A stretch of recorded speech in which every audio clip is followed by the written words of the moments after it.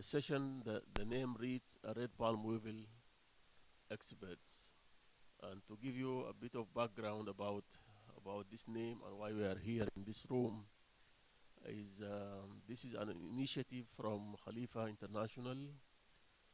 Sometime back, the Khalifa International Award, they formed a panel of red palm weevil experts from different organizations, institutions, and from almost 4 continents with experience on red palm weevil control and management. They selected this panel and they tasked them with a mission to do mapping on the status of red palm weevil in the world, among other tasks. And we have been working on this mission for the last almost 2 months. And for the last 1 week, we have been meeting physically here in Abu Dhabi, preparing a study on mapping of red palm weevil infestation in the world. And the initiative also came from Dr. Abdul Wahab Zaid. He said while we are also all congregating here for this conference, he invited the members of this panel to share presentations focusing on their experiences. So in this session, we are going to have 10 presentations from Dr. Majid Al-Kahki from FAO, myself, Dr. Romano Falero from India, Dr. Moses Fajardo, Dr. Michelle Ferry, Dr. Hamad Abdel Faraj, Dr. Aoun, Robert Fryers from SPOTA, and who else? In addition, we also have 3 presentations from private companies who have been engaged in red palm weevil management. So this will be the subject of our 10 presentation this afternoon, and we will start with Dr. Majid Al-Kahki. He is an FAO expert. He has been dealing with this red palm weevil for many years, and he will tell us about the experience of FAO on coordinating efforts for management of the red palm weevil. Dr. Majid, the floor is yours. Please go ahead. Thank you, Dr. Muhammad, for the introduction and setting the scene for the whole session. So my name is Maged Kahki. I'm agriculture officer. I'm based in Rome in FAO headquarters.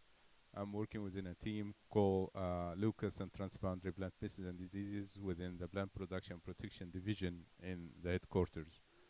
So my presentation will not be an activity-based, it will be an action-based. It's very difficult to present everything if you're doing for red palm weevil in just 15 minutes. So I will take some examples that we can see that it's a unique mandate of FAO. So starting with our strategic framework for FAO 2022 to 2030, it's based on 4 bitters. The first one is better production, better nutrition, better environment, and better life.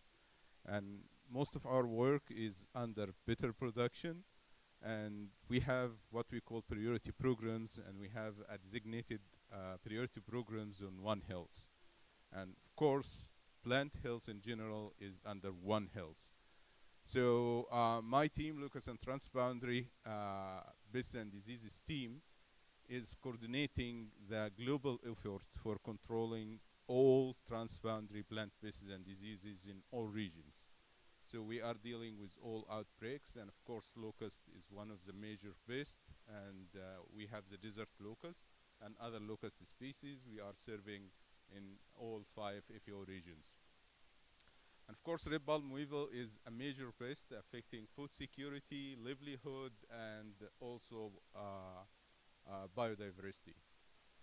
So the first action FAO is working on for red palm weevil is global coordination. I think it was like a starting point for the global debate about red palm weevil. It was in 2017 where FAO managed to gather all relevant stakeholders in one place in Rome, 2017, and also a team of the experts. I think most of the experts is still working with FAO or in another organization, and I can see one, two, three experts prepared a detailed description of the situation at this time, and based on the analysis of the gaps, they produced what we call framework strategy for eradication of red palm weevil. So Moses, Michel Ferry, Dr. Salam Al-Khatri was part of this,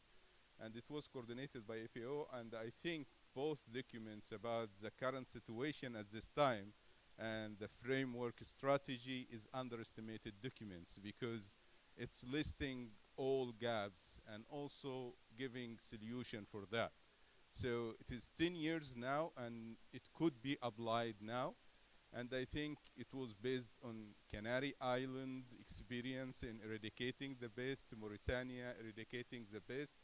So I think it's easy. It could be adopted by any country. If we adding the modern technology, it will still valid. But this meeting, I counted as the first point for the global community to hear about red palm weevil and start to come together and start working on this pest. So it was under FAO. And then we are implementing our activity through strategic partnership because FAO, yes, we have 195 member countries, but also we need to work with all stakeholders in research and resource partners, and also for the governments and any other institutions. So we have a long standing and historical partnership with Khalifa Award for date palm and agriculture innovation. And the award in each international date palm conference always designated like a session or maybe a whole day talking about the best exchange the knowledge, and FAO always invited to have like a dedicated session where they are presenting the progress on the work of FAO as well as the different experience from different countries. Also, we are emphasize on the innovation. In 2019, we gathered all information about the innovation. We invited many partners to present their innovation. And this meeting took place in Paris, in south of Italy, and it was a very good platform to highlight the current innovation. Of course, it's too old, and we are planning to have it again, but it was very good with a very high percentage of participants, and we already have all innovations and abstracts, and we already published this. Technology validation and research support. We all know that every day we're hearing about technologies and the silver bullets of red palm weevil, and all technologies claiming that they are very efficient, and if you are using our technology, it will be the end of red palm weevil. And for the sake of the benefit of our member country under the regional program, we designated some resources for validating these technologies. And these technologies is for early detection, it is for offshot treatments, for trapping technologies, for also control of the red palm weevil. And I think all studies were published for public to know the evaluation and how efficient each technology, and it's up to the country to adopt it or not. Also, we are providing technical support for the field operation. We will not able to implement the control strategies in each country, but we gathered a team of the global experts, and we developed these guidelines to be field operation. So it's not like any other guidance that give you the methodology. No, we are giving details of how to do this, and it's covering almost everything related to the any management program of red palm oil. And this is including the surveillance, phytosanitary measures, early detection, trapping protocol, preventive and curative treatment, safe disposal of highly infected palms, and best agriculture practices. And if you notice, it is the component of any successful red palm oil control. What you need only to apply to your context. So all experts did their best to make it in a simple way that any country can use this as a guidelines, but of course they can adapt it to their own context. Also, in terms of raising awareness and sharing knowledge, it's important to have a simple publication, not very scientific and complicated language. So we already produced number of publication under different projects with different languages, and it's available. Moreover, I think the regional program did a very good job in promoting farmer field school approach. And this farmer field school approach is under FAO, and the regional program trained many facilitators in different countries, and it was a good success in many countries that those facilitators managed to establish their own farmer field schools, inviting many farmers to work and make analysis of the situation and start to make some trials and getting the information through practice. And it's a very successful adult learning approach. Responding to emergencies and requests, and this is back to my first slide, that this is our mandate. Whenever we have outbreak in any countries, we are receiving the technical request, and it's FAO mandate to go and make an assessment and drafting an action plan and even helping the country in mobilizing resources. So we already did this in many countries, in Yemen, Jordan, Mauritania, Iran, Somalia, Djibouti, and most recently, last year I was in Uruguay in Latin America, where red palm oil make an outbreak there, and we take the advantage of this request, and we organize the regional workshop for all Latin American countries, where we raised awareness and also ask them to start developing contingency planning, because red palm oil will arrive soon to their territories. And that's exactly what happened this year in January, when Argentina started to report it that it's already arrived Argentina. And of course, one of the success story for FAO eradicating red palm oil in Mauritania. And it was the result of the government to apply strict measures, but FAO gave a huge support and applied the recent measures and supporting them technically. And I think the team here was involved in this effort.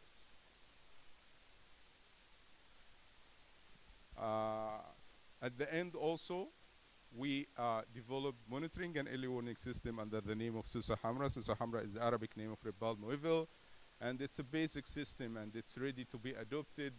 It's using open source softwares. It can be handed to any country. They can host their data. We can host it for them. We are training people how to collecting data and how to validate it, how to map it, everything. And we are handling the whole system for the countries in case if they need to adopt it.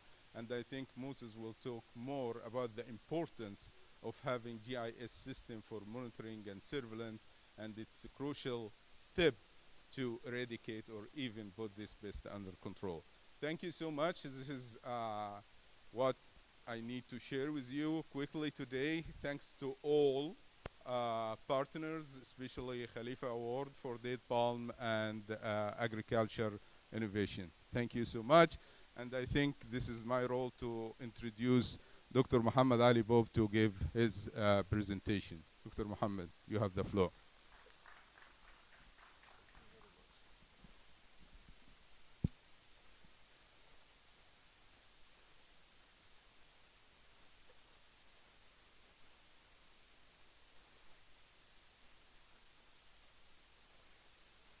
Thank you very much. my introductory remarks in the beginning, when we start this session, I talked about the background for this mapping and the group of experts, and I will go with you through this presentation about our task in this task force and our initial outputs. So the main objective of this group of red palm beetle experts was to do mapping of the infestation, the threat of the problem.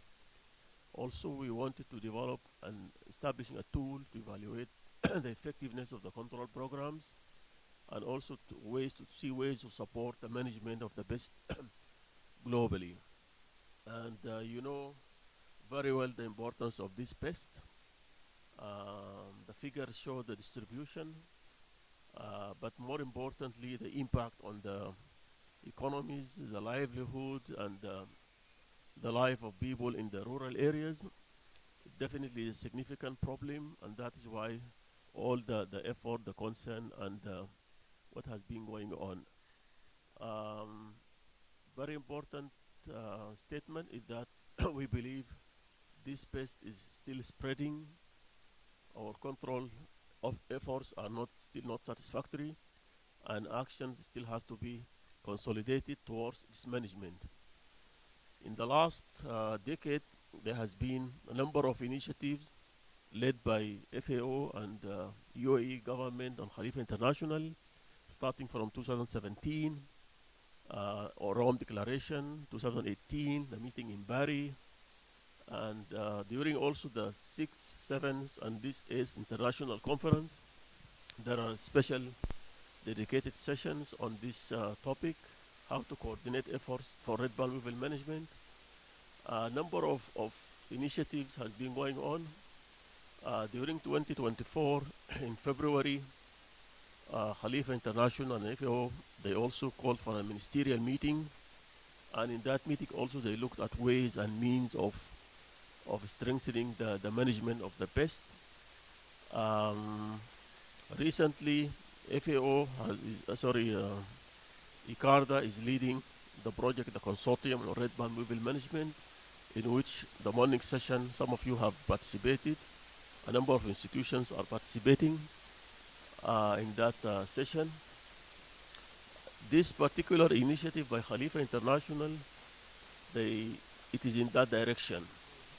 And specifically in this direction, they selected a group of 10 experts from from different regions, organizations, international bodies, and they wanted us to do four specific objectives. One is to develop a map with the current infestation status of the pest, not only the physical presence of the records, because this is available, but also to more in depth to do kind of evaluation about the level of infestation, the impact, and the spread within those countries. This is number one. Secondly, they wanted us to develop like a tool, like a KPI, set of KPI that we can share with national programs to help them check on their programs, how they are doing, the governance, the capacities, the actual work on the ground, and all the activities along the control strategies. Number three, one of the objectives was to share the experiences and to help control the risk of the red palm beetle, and to propose some actionable recommendations for the different programs. When we do the mapping, ideally we wanted to, what we did actually is to group the countries in 4 categories. Category 1 is highly impacted countries where the pest spread and impact is high. Second group is moderately or less infested. Third group, recently infested countries. Fourth category was countries that are still free from infestation but they are at risk. In addition to that, we came up also with a list. We came up with a list of newly infested hosts in the region, and also if there are any new trends. If you are talking about increased apical infestation or any other behavioral, they wanted us to monitor those changes, and these are the categories of those six classes for the mapping study, and I will share with you a few of our initial outputs. The study, we are still compiling the study and refining it together. It will be presented in a few days to Khalifa International for further action and hopefully sharing with the national programs. Um, One main um, outcome we have agreed among all of these experts is that this pest is still on the increase in a number of countries, and the risk is rising. There is limited success of many programs, so the on-ground implementation is still facing a number of challenges. There are also issues related to the uncertainty of reported infestation level. In some countries, we lack data, and there also kind of somehow transparency in sharing this data, and also there are in some cases this issue is complicated by the wrong reporting or the or miscalculation because of lack of data or reporting, which may mask the true magnitude of the red palm weevil problem. The first outcome of this study, we have grouped the countries in those four categories: highly impacted, highly infested, moderately, low infested, countries that are free of infestation. The map may not be very detailed, but the study will show all those countries and why they have been classified in those different categories, and why we wanted to do this study actually. Because one of the one of the main rationale for doing this study that we need really to take actions to support the work on the ground, and we need up-to-date understanding of this status of infestation. And the idea is we want to design or to propose some specific packages. Like definitely, when you have a country that's highly infested, the control package will be different from recently or from free countries that are free of infestation. Um, Another rationale is, as I mentioned earlier, we wanted to help the programs to be able to do self-assessment, to check on their programs, how they are doing, areas of improvement. We can see the lessons that we can be learned from them for sharing with other programs. The KPIs we have designed, they revolve around this, and one of the recommendations is that the tool these experts they have come up with, we wanted to share with the countries for them to do self-assessment. It is not for anybody like a group of experts or organizations to go and check on the performance of those countries, but this is a tool to be given to them to do this self-assessment.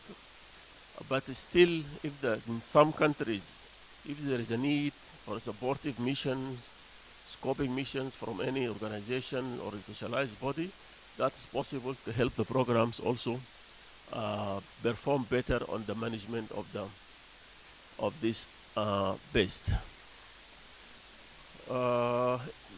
If I may go through some of the concluding remarks, is that also this is mentioned by Dr. Hamato earlier, that this red palm weevil is manageable, is not beyond control, is manageable, but if we really focus on coordinated efforts at all levels, including the international, the regional, the national levels, coordination between stakeholders.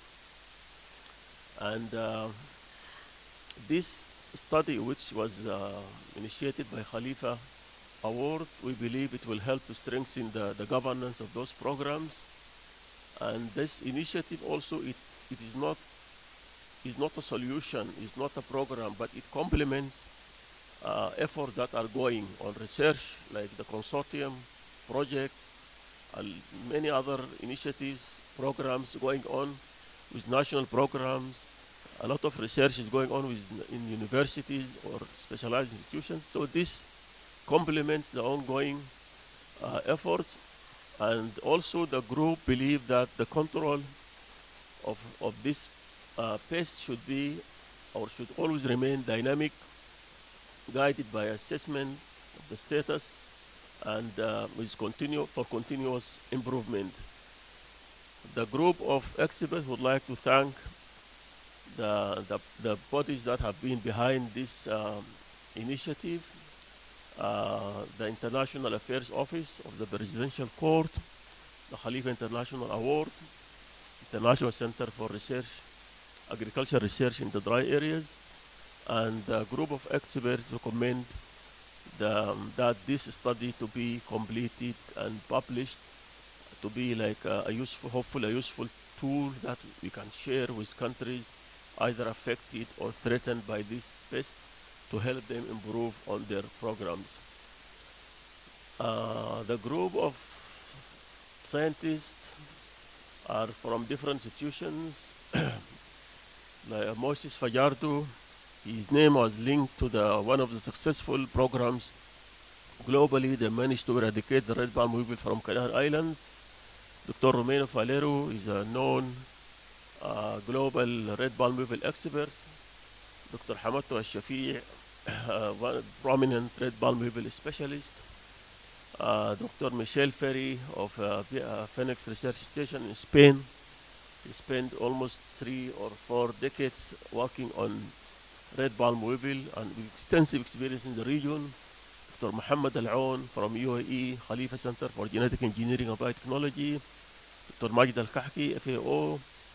Mr. Jonathan from Agrint, one of the leading technologies on detection. Robert Fryer from Splata, UK. Cam Oischlager from Costa Rica, he's the one behind from Chemtech International, and myself, Muhammad Ali Bob, I work for ICBA in Dubai. Thank you very much. The next presentation will be a virtual presentation, and it will be delivered by Dr. Romero Falero. Let me first bring the presentation. Romero, can you hear us?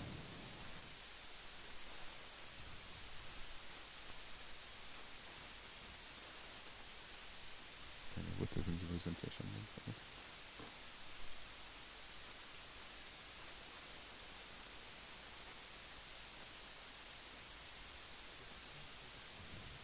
The type, yeah.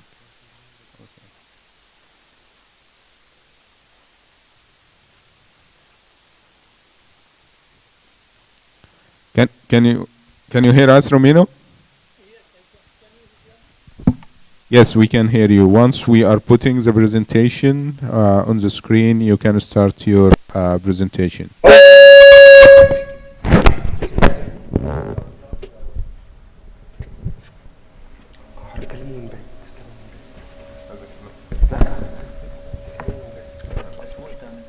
حط البرزنتيشن بقى لو سمحت. 3 هو هيقول نكست واحنا كليكر. Yes, can I start? Yes, please start, Romero. Just tell us when you need to move to the next slide, please. Yeah, I'll initiate. So, thank you so much for this opportunity. I would like to thank Khalifa International and also apologize for not being able to be there in person at such an important meeting. Next slide, please.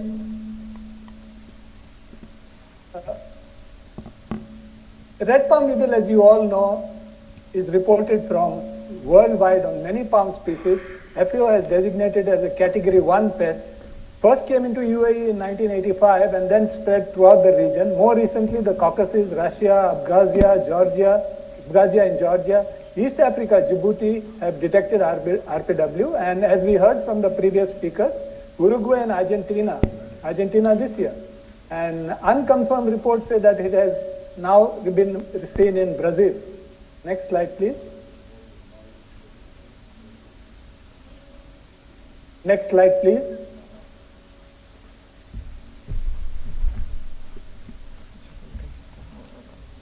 Next.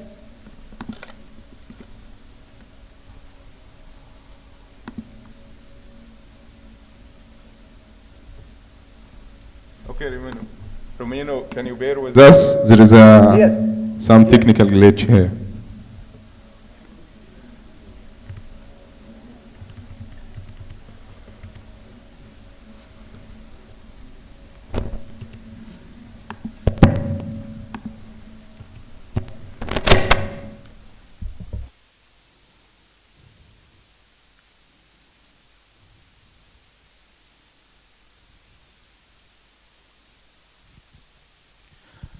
So after presentation of Mr. Falero, we will open for if there is any question for the first three presentation. We will take it and then we will continue our program. Okay?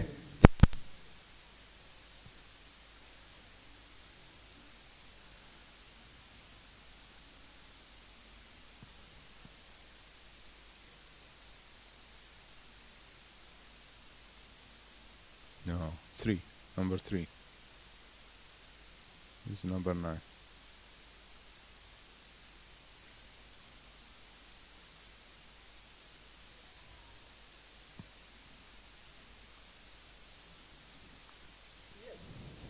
Can I continue? Yes, please continue, Rubino. Yes.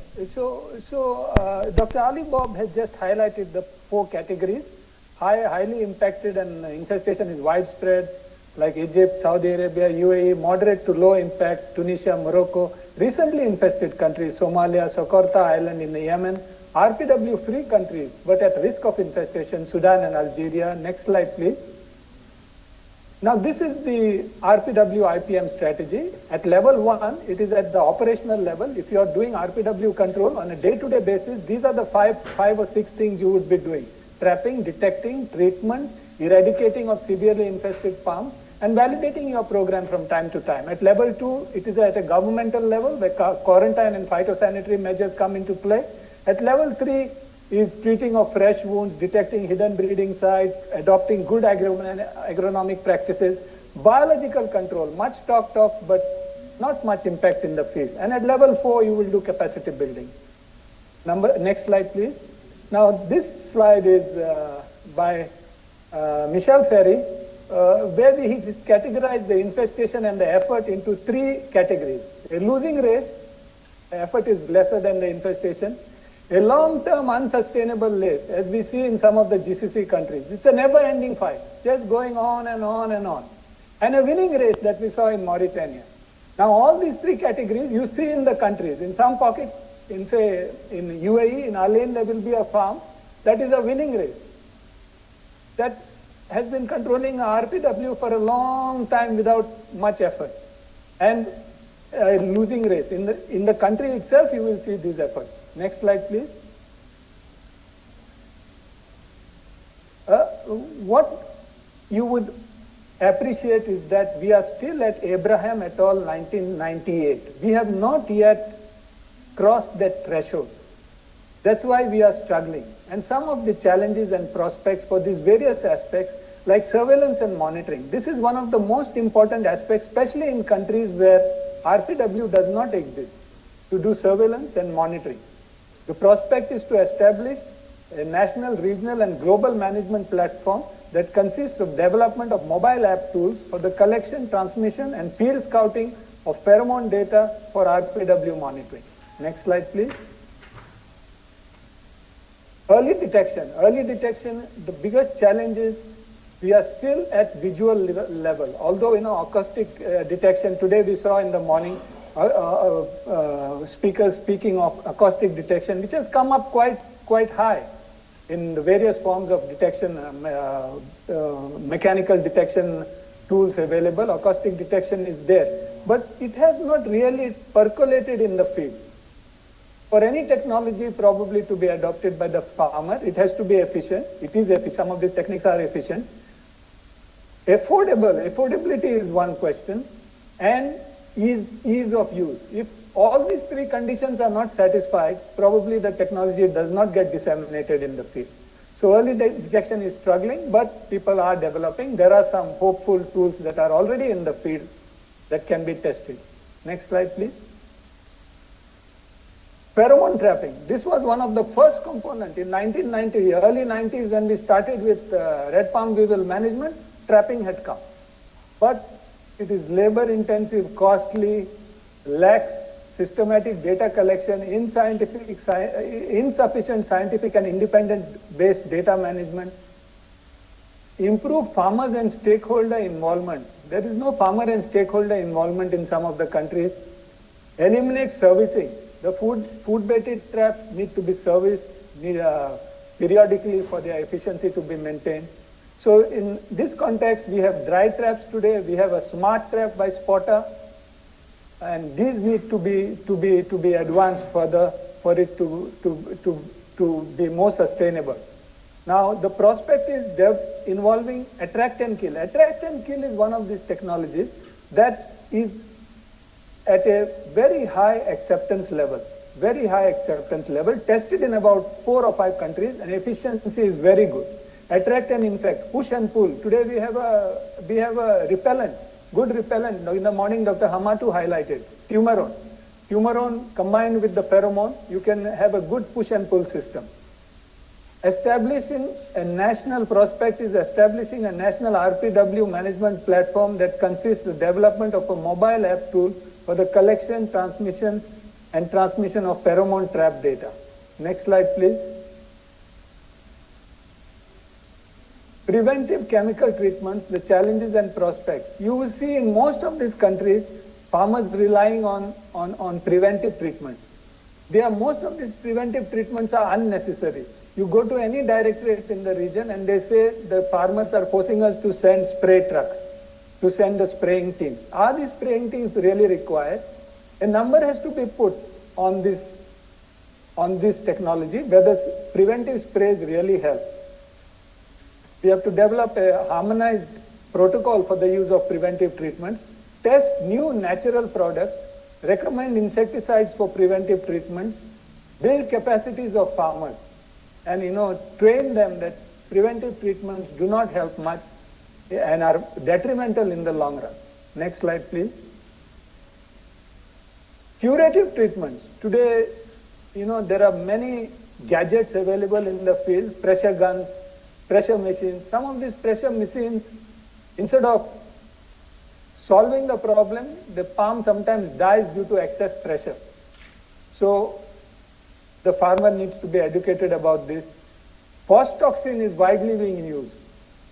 The safety aspects of phos toxin have to be carefully studied and appreciated by the national staff and the farmers. Next slide, please. Removal of severely infested palms. A standardized protocol has to be developed, although in the FAO publication it is there, standardized protocol. Now this costly shredders, these are not affordable. It has to be affordable at a farmer level.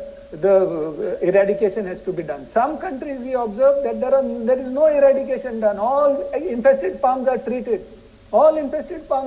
This is detrimental. After some time, this palm can collapse and poses a big risk to man and property. Next slide. Slide, please. Phytosanitary and quarantine. This is one of the most important aspects. We see country after country falling. Within the country, we see regions, areas falling to red palm weevil.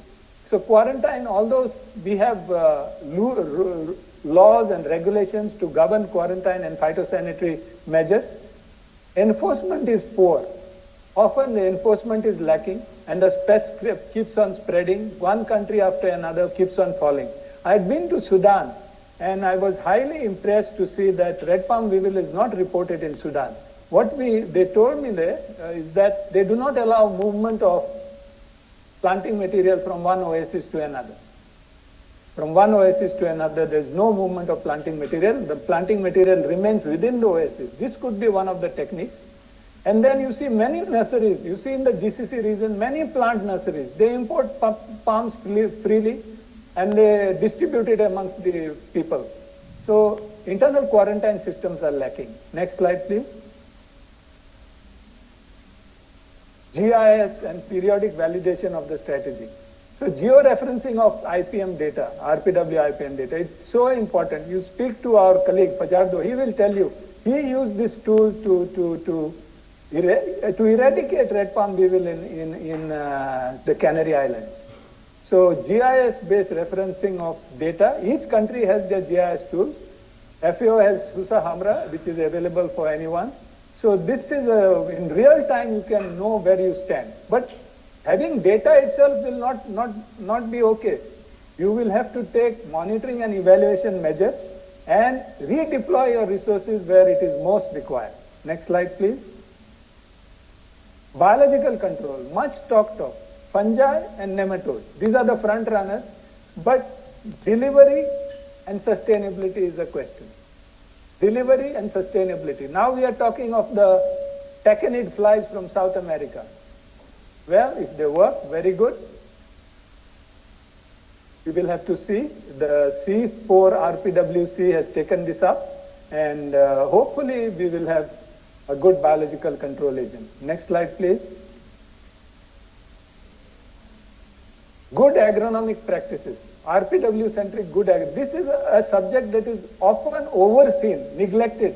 Today morning we saw Dr. Hamatu presenting subsurface irrigation, that you had least infestation in the UAE when he compared flood irrigation, drip irrigation, and subsurface irrigation. So these points have to be appreciated. Then when you do facila, when you remove the offshoots, when you remove the cadoba, when you remove the lead, immediate treatment is required, because otherwise those volatiles are going to go out and the pest is going to be attracted.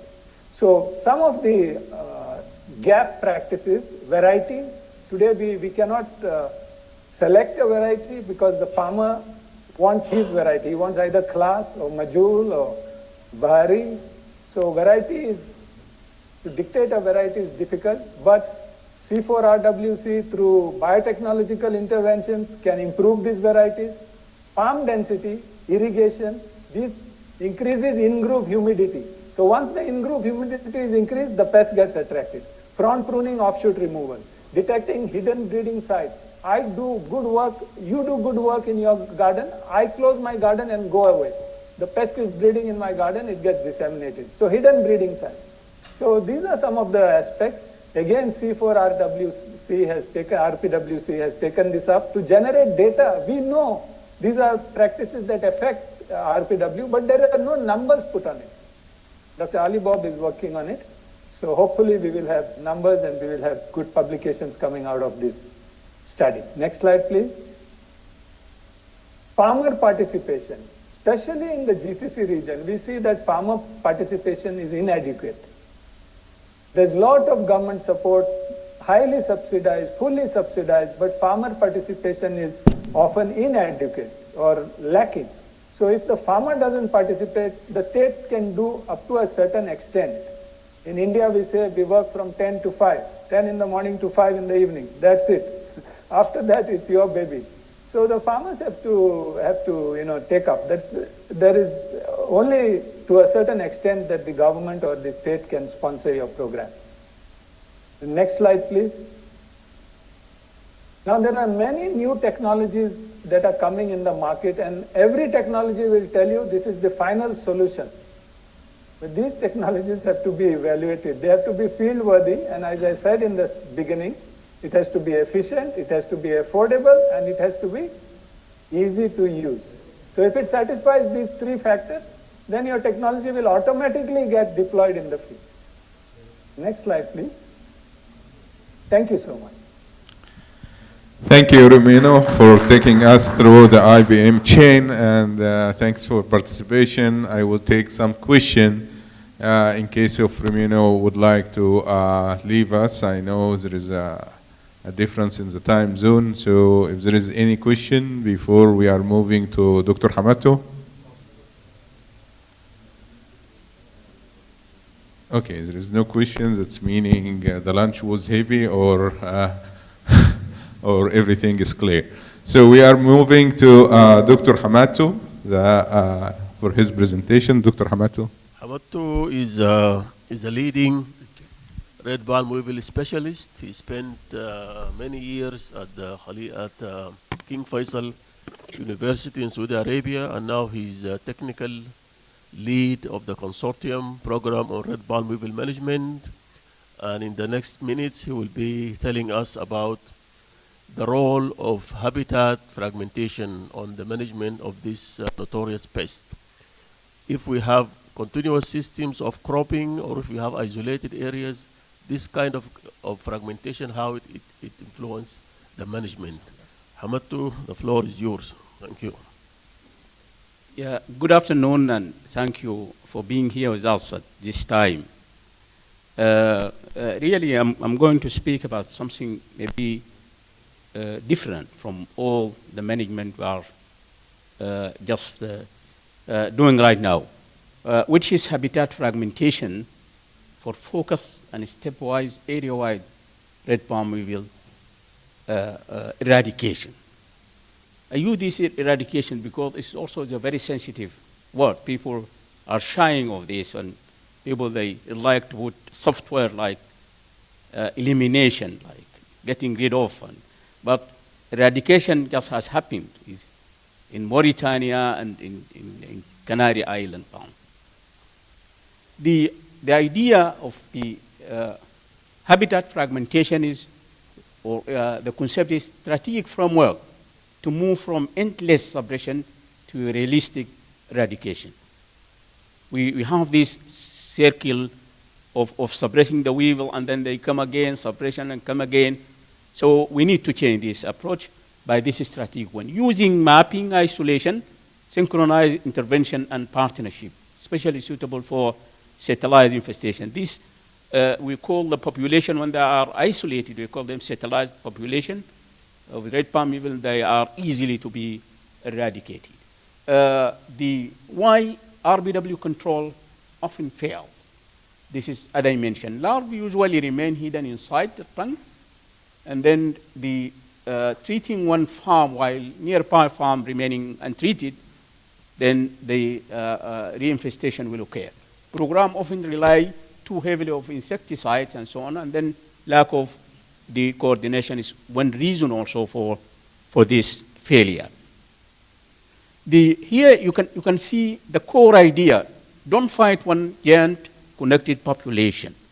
So instead break it into smaller soluble units. You can see in the picture that we can make some kind of this fragmentation very easily, and then we can isolate the dead palm by either natural trees or by just planting non-host.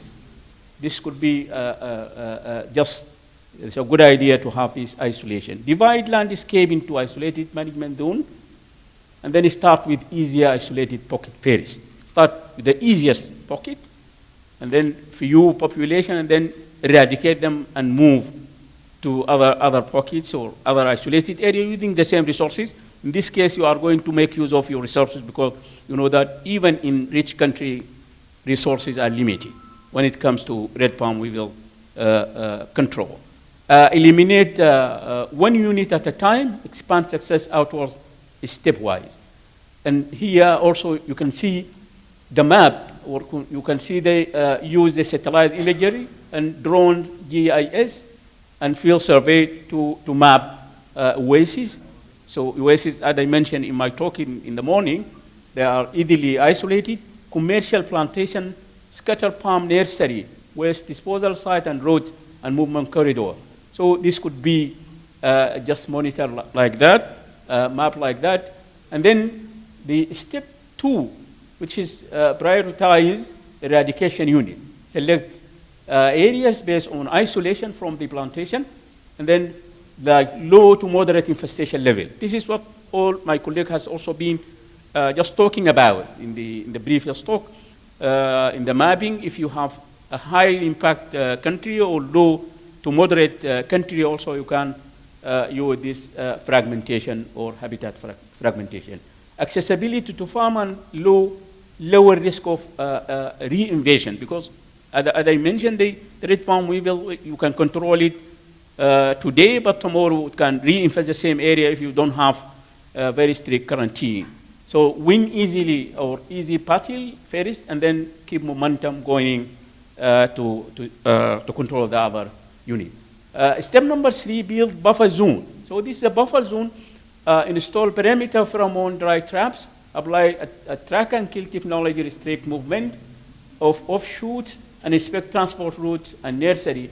Rapid response for new detection. You can make this corridor or this buffer zone around, and this buffer zone just you can make trap for monitoring, but inside the infested zone or the isolated zone, you can apply the control measure aggressively to control the red bomb. Without border, internal success will leak away. Here, this intensive internal operation. This you can see also in this slide. When you make the mapping, and then you make the isolation, you make your corridor or isolated zone, then you will have your infested area in the middle, surrounded by this isolation area, and then you will start applying this aggressive or the tool available aggressively. And you can see here there is an array of technology available, and you can apply them just making also full inspection every 45 days. This is one technology also, one approach. Rapid treatment of minor infestation, trunk injection. There's some chemicals like emamectin benzoate or Aritoa particularly, Syngent. This is a very efficient chemical for injection. You can inject the tree for protection or for curation or for treatment. Remove severely infested palm immediately. This is very important in treatment of wound, and this is Dr. Albert had already just talked about. The ecological or this ecological logic, 2 outcomes after. This is the compensation. Population recovers through. When you control the red palm weevil, then there are 3 ways for the population to recover. The first one, immigration. They come from neighboring farm. And then second, the hidden survivor. There are some hidden survivor of the treatment because these have a very high potential for reproduction, the weevil. And then very few of females, they can reproduce exponentially and very rapidly, and then increase the population and make the compensation. And continue also breeding. They breed and make the compensation. Additive mortality, death exceeded recovery. When you have the death of the population, when you apply effective technology and death exceeds recovery, then the population decline. And also ecologically, when you separate the population of the weevil until reach a certain level, then naturally there are natural factors that can take care of this population and lead it to eradication. Habitat fragmentation is shift from compensation to collapse. And here you can see the mass trapping evidence, the evidence of mass trapping. Always people speaking about trapping and mass trapping and trap are bringing weevil from other places. But when we speak about the habitat fragmentation and making this buffer zone, so that means any weevil is coming from outside. So in this case, you can safely use traps, and you can use as many as traps as you can. Particularly if they are cheaper and not costly, and then you can just trap so many insects. You see there on the right, we capture 37 red palm weevil in 2 traps in 2 weeks. So this is a very huge amount of the weevil, and will be very effective in reducing the population. The RPW population are often relatively low compared with many pests. This makes pheromone trapping highly valuable.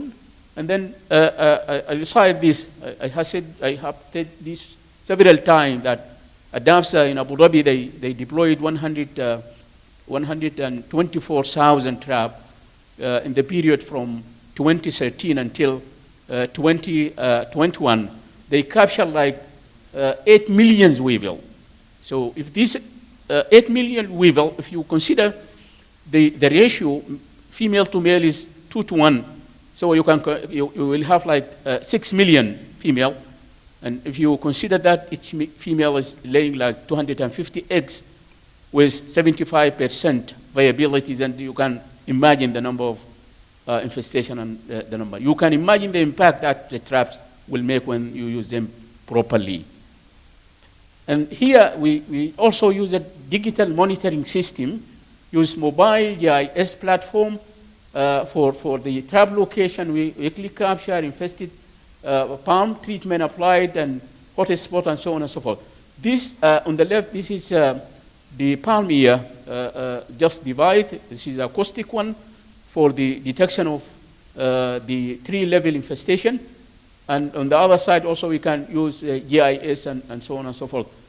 We have a platform also developed by ACRISAT in this project, and now in the final stage, and this will be also very productive in mapping and data recording and so on and so forth for the management.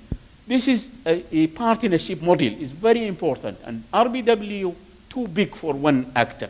So we have very short message that RPW is too big for one actor, so all people should have to be there.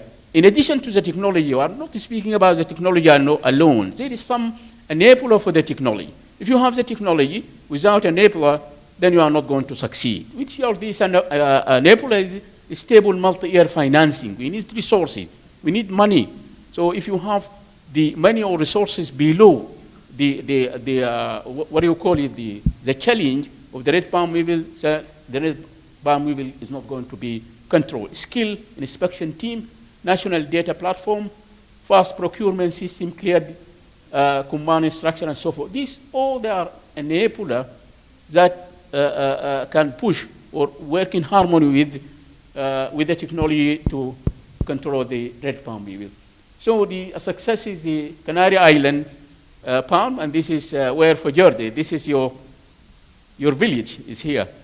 So this a survival dead palm after the eradication of the red palm weevil, and we have the deployment road map, which is phase 1 mapping, baseline survey pilot, and then we have sequential eradication of isolated unit, verification, monitoring, and where you have a zero detection, and then long-term prevention and readiness. So final message, the RPW control fails when action is fragmented. RPW can be defeated when landscape are strategically fragmented. Start where success is most likely. Use data discipline and partnership and eliminate unit by unit from endless control to plan eradication. And thank you very much for listening. Thank you very much, Dr. Hamattu, for this very important topic. And I believe this area, if we have a better understanding of this interaction of the environment, the habitat, it will help us very much in our management strategies. An area where there has not been much of research, but it's very important, and I think it should be the focus in the years to come. The next presentation will be Dr. Muhammad Al-Aoun. He's a senior scientist, he's a specialist in food security and sustainable agriculture.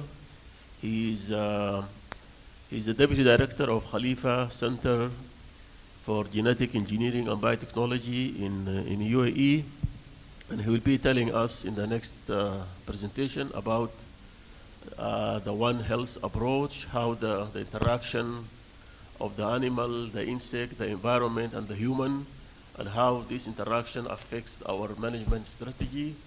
Dr. Aoun, please. Thank you so much, Dr. Bob.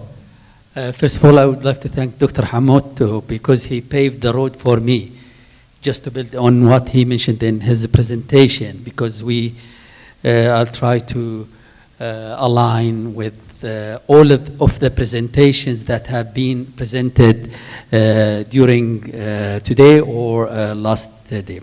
You know, I'm Muhammad Al-Aoun. I worked at the Minister for Climate Change and Environment for 10 years, where I gained my experience with the red palm weevil. So I have good experience, especially about the field work and some of the regulation, quarantine, and all of these things.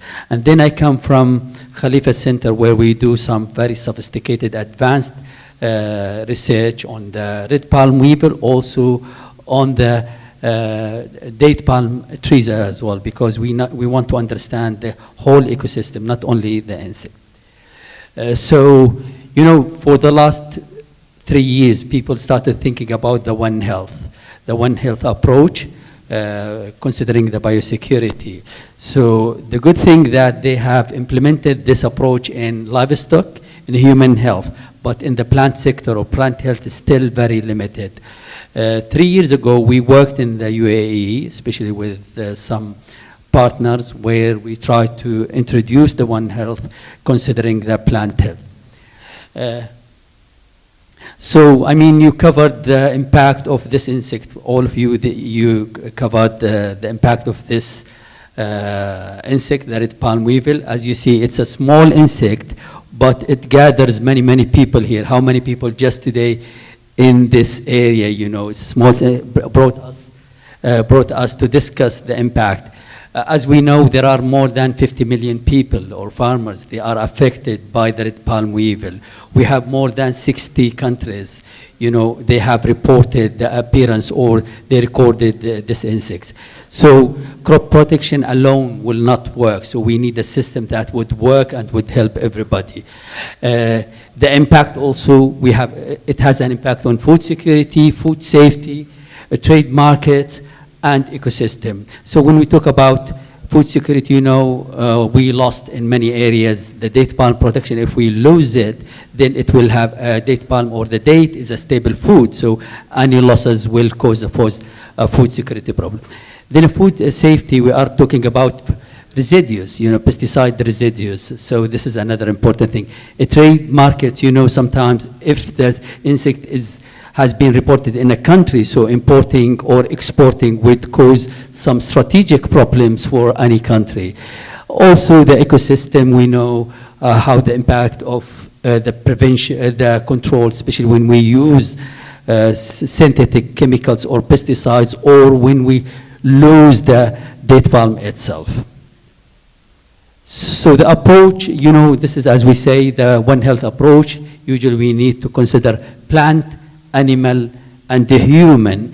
And the One Health approach is not new, because, you know, since 2022 to 2026, there is what we call the One Health joint plan of action, which considered the plant health.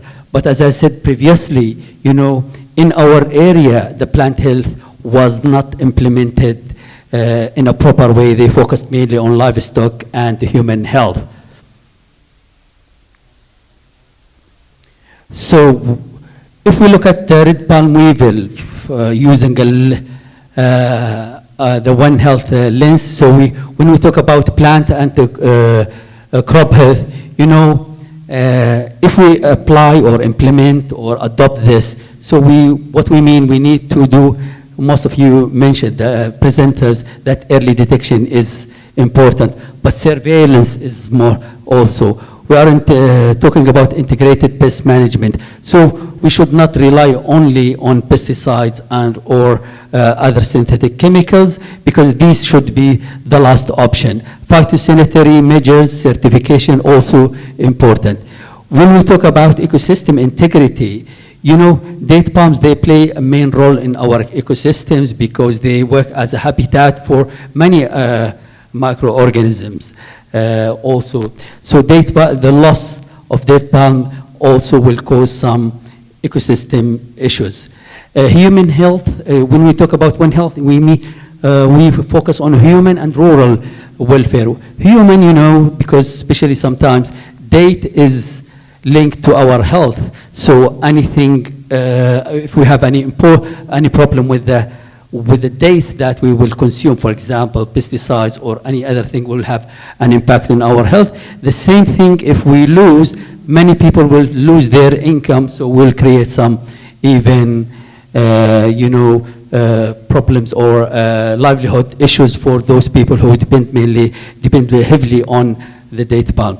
Governance and policy. So again, this is, as Dr. Hamato in the previous presentation mentioned, this is, we need to collaborative efforts that all of us, the government, the community, farmers, we need a governance system to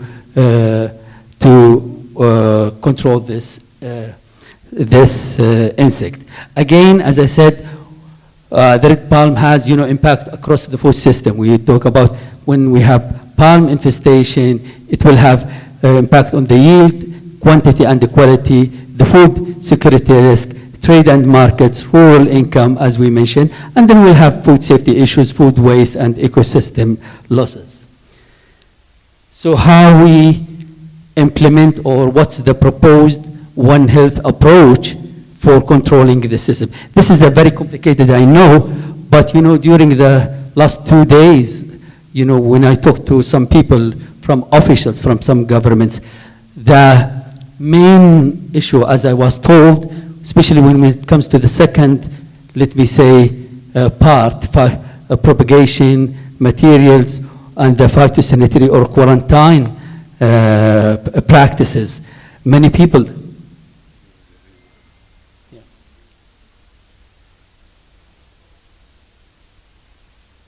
You see here, for example, many people, even in the UAE or other countries, the problem started from here sometimes if you don't have a quarantine, a proper quarantine procedures, and then we will deal with the consequences of this part. So this is a model that how you can use the One Health to control. It's a strategic model. You need to think about all of the, for example, you need to do situation analysis, you need to look at the risks, you need the preparedness, and then how you respond. So, for example, here we have like a key or a legend. What are the primary pathways? If we are talking about something related to pesticides or chemicals, or the One Health intervention point. But the main, as I said, we need to think all the time about let me say, about the entry point, especially in many countries. I know during the last year or 2 years, many countries have faced the same problem that we faced here in 1986, and other countries the same. Other things to be included, anything related to animal health, or feed, human, whatever, should be included in this model.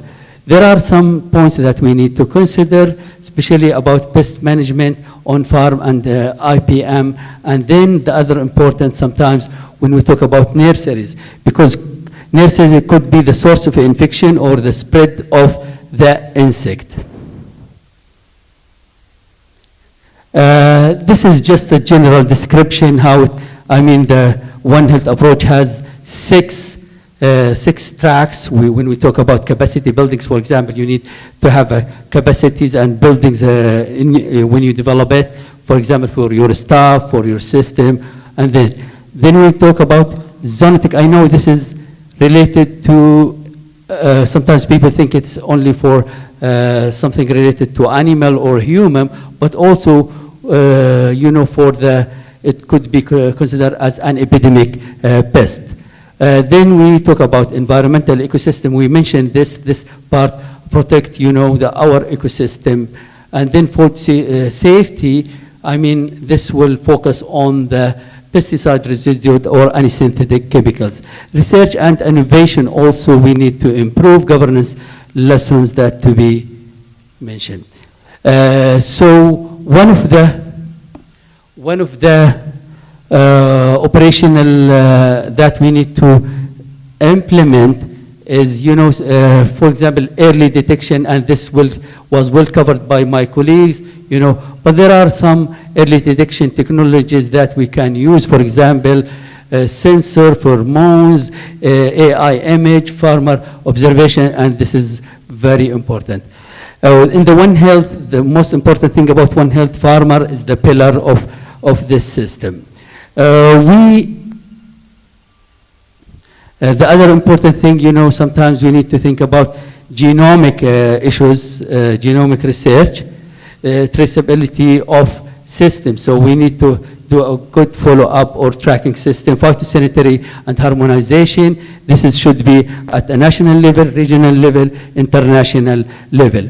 When we talk about lab capacities, sometimes, yes, we need also to develop our lab capacity investment, because sometimes even not at the border, but also, how you can make this reliable, robust labs. These are, as I said, we mentioned this. So this is in summary that we need agriculture and extension in this biosecurity, phytosanitary research, diagnostic, environment, and biodiversity, trade, customs, and public health and food safety. This is the main component of it. The other important thing when we talk about red palm oil management, it's linked to most of the SDGs, like SDG 2, SDG 3, 12, to good health, zero hunger, climate action, life on earth, and everything. I'm okay with the time, or? Really? Last. So I'll repeat the same message. Red palm weevil is not just a pest problem, so we need to start thinking about the reframe the problem, build detection systems, harmonize phytosanitary standards, embedded technologies in the system. Thank you. Thank you, Dr. Muhammad. Next presentation is from Mr. Moises Fijardo. He is an international IPM expert, and while he has one of the success story, he will talk to us on the keys to failure. Thank you. Thank you very much, Majid. Good afternoon, everybody. One moment. This one. Yes. Okay, the presentation I will give today is called Pest Control, the Keys to Failure. And I give the failure name because, but it's depending on us if we are going to failure or to success. We can change, we can change the name of the presentation. The presentation structure will be, I will explain a little first description of the Canary Island red palm weevil control as a story. It was the presentation I did here 8 years ago. I will focus on two main factors of each program control, the pest program control. The GIS and stakeholder involvement.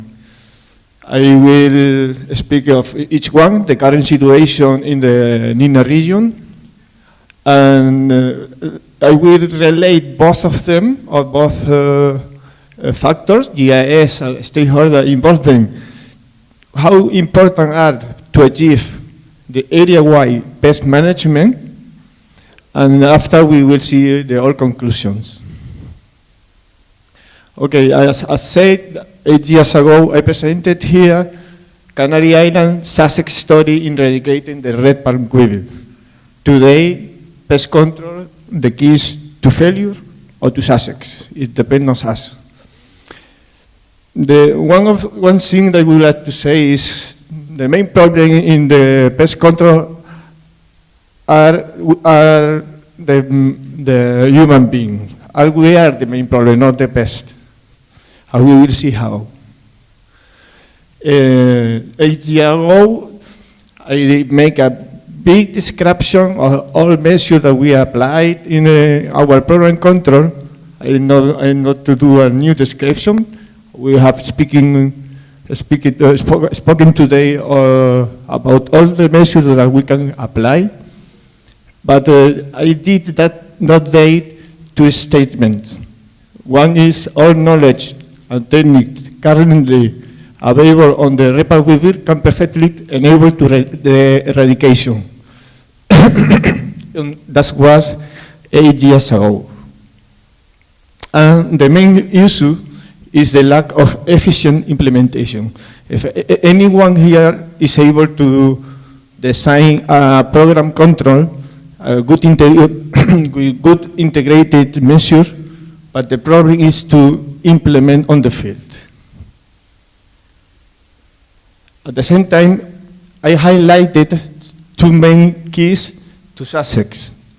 One was the stakeholder management, involvement, especially we are speaking always about the farmer, and the use of a very efficient geographical information system. A quick remind, the RPW first record was in 2005 in the island of Fuerteventura, and our program began 1 year later, 2006. I make a summarized data.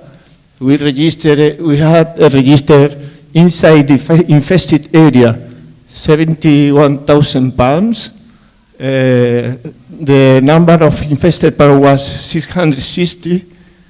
It last 11 years to eradicate it, and the budget was 9 million. We cannot see the graph, but sorry. We can see here the ratio, the number of infested trees related with the number of inspection. Many of you can think it was very low, but we implemented with many inspections. So it's the reason because it's very low. And I recommend always to use this KPI and another one related with the total number of palm. Okay, you can see the numbers, the years, beginning 2005, and we declared free of pest the 2016. It should be noted that in the Canary Island, the RPW was eradicated twice, because we eradicated the RPW in 2 islands. We had only one control program with a very centralized management, but implemented on 2 islands with each with different infested area and 2 different technician teams. So we can say that it was not an accident. Okay, I will focus on the geographical system in the current situation today. Currently, only some countries have developed their own GIS, while others still lack one. And I think any of us know the benefit that has to manage a GIS to implement efficiently any measure, integrated measure on the field. And the resources are always limited. FEO, as Majid said, developed SUSA AMRA, is an app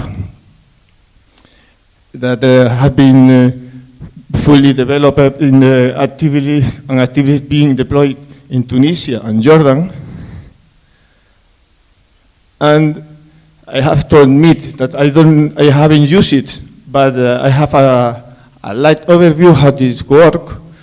And in my opinion, it's very important that it could be ideal that one GIS, SUSA AMRA, or another one, become a standard GIS for all countries in region. I know I can't even understand that many countries could be reluctant to share their data. But it will be a tool that improves thanks to all insights of many countries.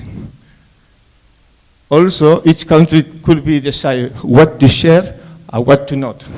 Aggregated data, for example, for common good, and sensitive data to keep under their control. The benefits flow on both ways. When you improve the tool with your local expertise, everyone wins. And when everyone wins, the system becomes stronger. The game theory confirms that when cooperation yields increasing return becomes the dominant strategy. This is math. Okay. In my opinion, a GIS, a shared infrastructure, involves moving from the sum of individual efforts to multiplication of results. I hope that message is understood. Also, the use of a GIS mobile app by different stakeholder groups will a positive impact on the farmer involvement, because when everyone uses the same tool, the cooperation just happens.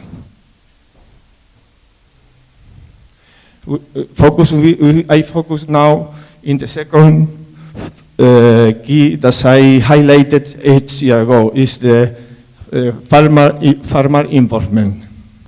As we can see, all the most cited paper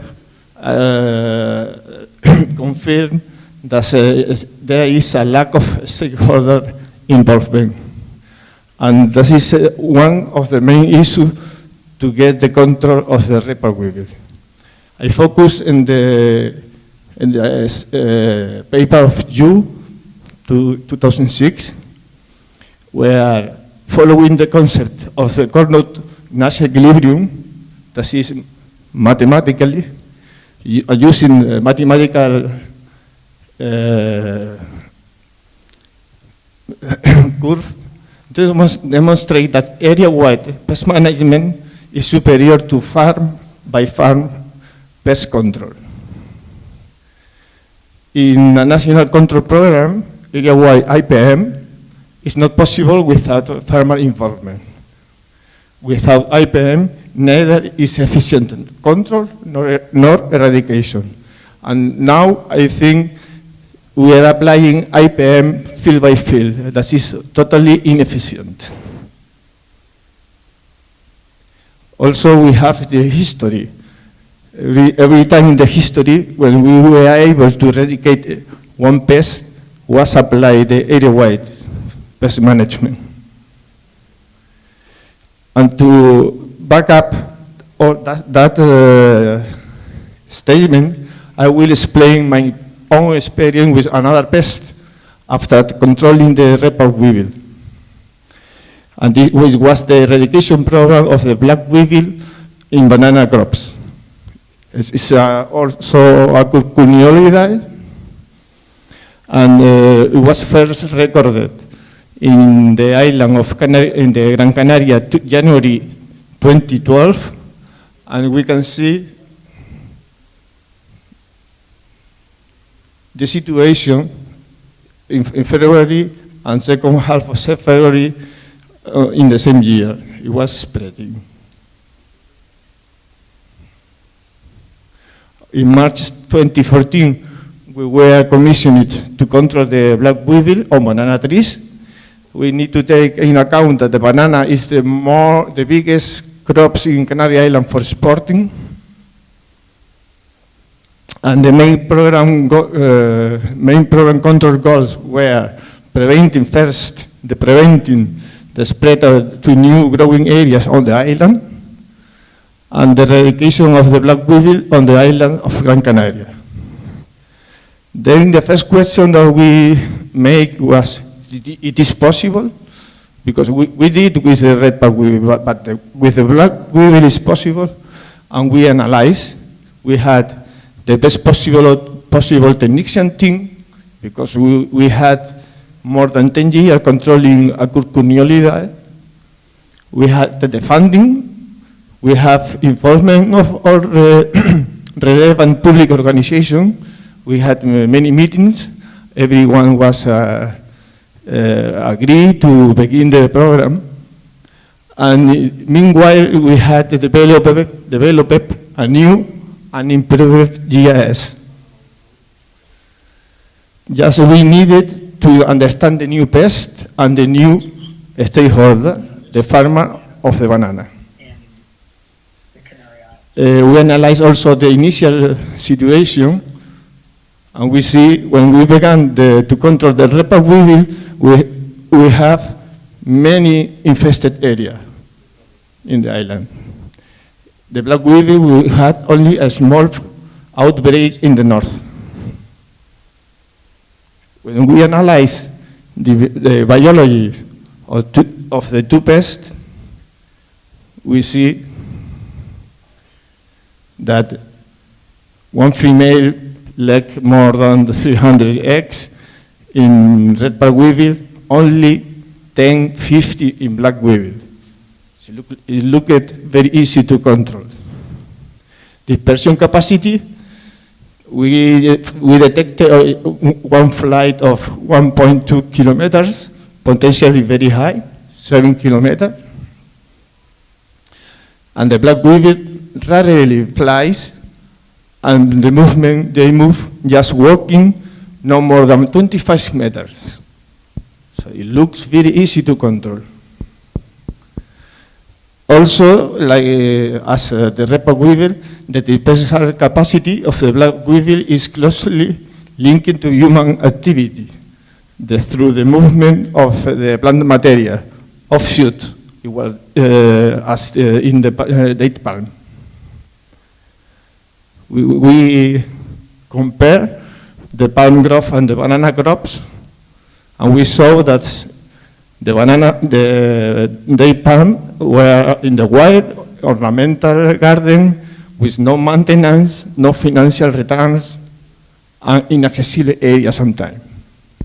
Banana crops is a crop with a specific management, economic yield. Someone want to get money from the crop, suitable areas, including sometimes inside the greenhouses. As I said, it looked like easy. Okay, our conclusion was that it was possible to eradicate the black weevil pest in this time in Gran Canaria. We designed the program. We agree the program with the farmer, and we explained that we have the budget of Canary government, financial support of the Island Council, but only for 1 year. If the farmer don't involve and we don't have results, we stop. 1 year later, we stopped the program, we failed. The farmer didn't involve, they don't apply all the measures that was approved in the program, and we stopped the program and we failed. We had everything what we needed except the involvement of the farmer. We can take our conclusion. Thank you very much. Shukran. Many thanks, Moses. So before we are moving to the next presentation, I'm just asking you kindly to continue with the rest of the presentation, and then we can take the coffee break at the end of the session. Okay? So instead of go for the coffee break and coming back, so we will continue our session. We're still only having 4 presentations. So we will continue with Michelle Ferry for the next presentation, and then we will continue with the rest of the presentation. Michelle. Thank you, Majid. Michelle, let me thank Moses, as Majid said in the beginning, when we talk about red palm weevil eradication globally, there are very few examples, or actually two. One from Mauritania, another one is from Canary Islands, and thanks for sharing your experience, how you use the system, the importance of the area-wide management, the importance of the GIS tool used, and this is a story need to be highlighted and we learn from it. Our next speaker, Michel Ferry from Phoenix Research Station, has spent more than 3 decades on red palm weevil management, and he will tell us about how to possibly bring red palm weevil population from exponential growth to decline. Thank you, Michel. Thank you, Mohamed.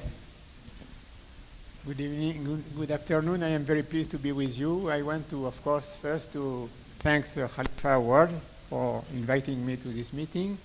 I'm very pleased to present this collective work that was done in a small area on the French Riviera. It's in red in this slide. And the cooperation between 5 municipalities with a very strong will of the palm owners to save their palms. Palms were their patrimony.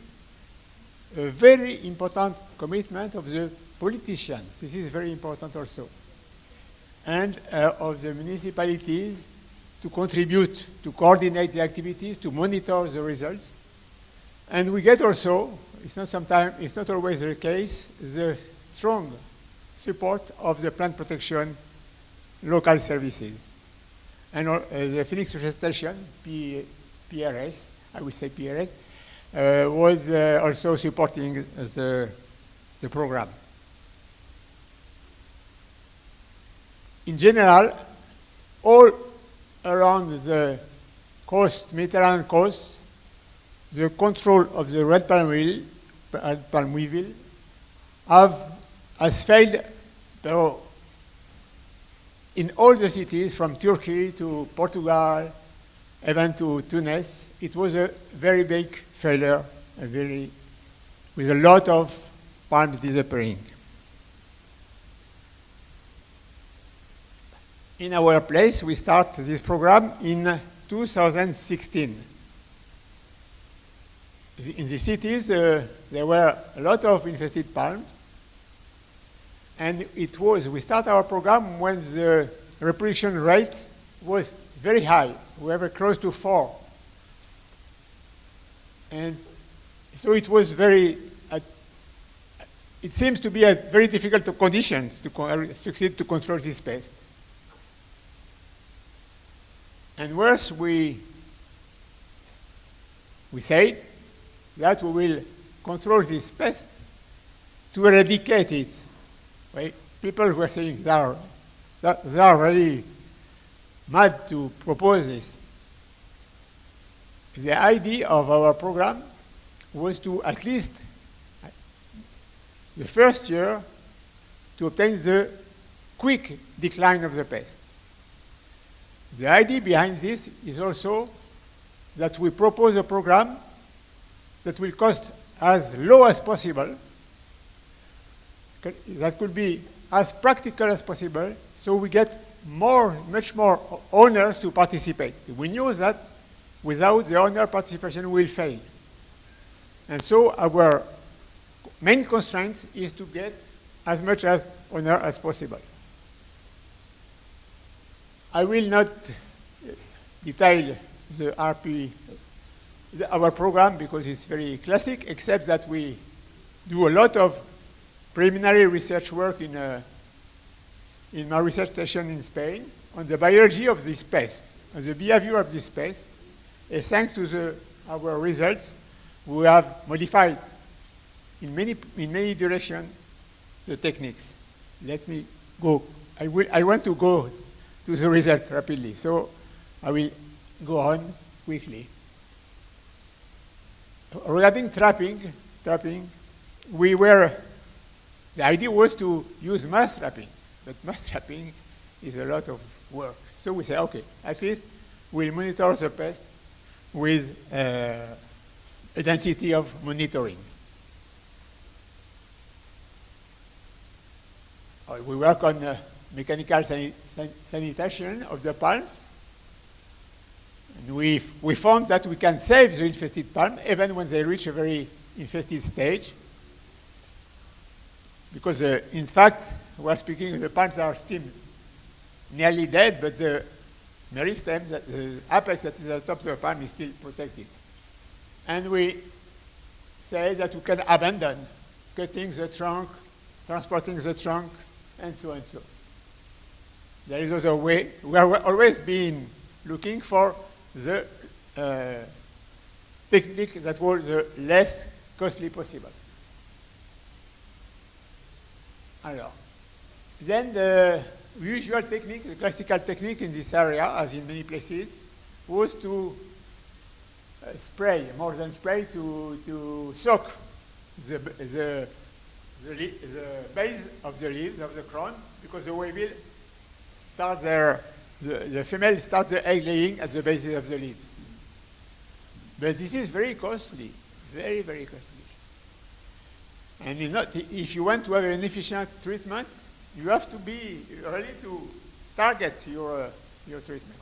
So we say it will not be very few people, even if in French Riviera people are very rich, they will not pay for long. Too costly. So we work a lot of injection technique, and especially on the formulation of emamectin benzoate. And we found that with this technique we could protect the palms between 9 months and 12 months. So this decreases the price. A very simple way to introduce the formulation. This is same. It was a formulation of Syngenta, very close to Aretor that you have now. This is a location of the infested, of the injected palms, and you see the red points. But you see that we are not working on all the area. Other palms are not injected. Why? Because the owners are not interested to participate to this program. So we are working only of half of the total population of palms. Very bad, huh? The idea was to involve as much farmers, as much owners as possible. What was the result? We are now 10 years after the first year, and I will show you results that we found after 3-4 years, and now we have 10 years behind us. And what was Moises will not say that because he gets the same result. But for us, it was very surprising that in our conditions, when only half of the population of palms were controlled, we get a decline that was very, very, very quick. In 4 years, we reduced the number of infested palms by 15. On the beside graph, I think there is an arrow, no? There is a way to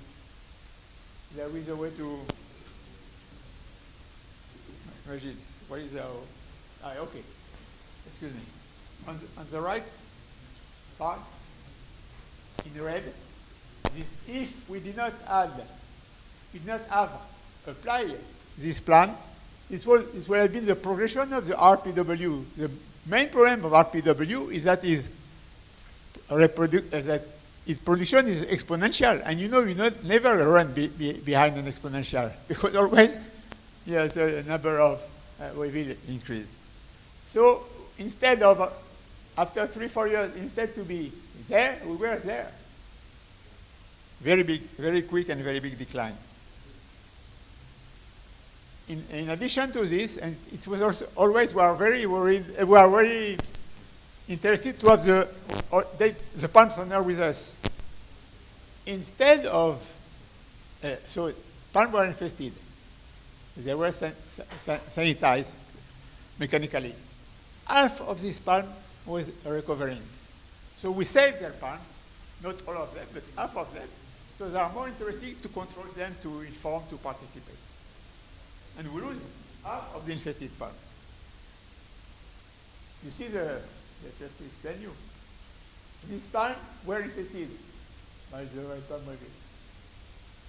We developed a technique to sanitize them. This is 4 months later. They were recovering. Regarding the traps, of course, it's very parallel. Traps and evolution of the number of infested pan and evolution of the capture in the traps are very similar. So we have a very quick decline of the capture in the traps. But you see in the two graphs, after 3-4 years, we still have new infested pan and we still have capture in the traps. Conclusion. The results for us are a bit fantastic because we say, how is possible that in these conditions we succeed to obtain the decline of the pest.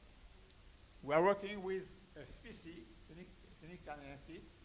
It's very close to Dactylifera, but not so close. Phoenix canadensis, if you have 99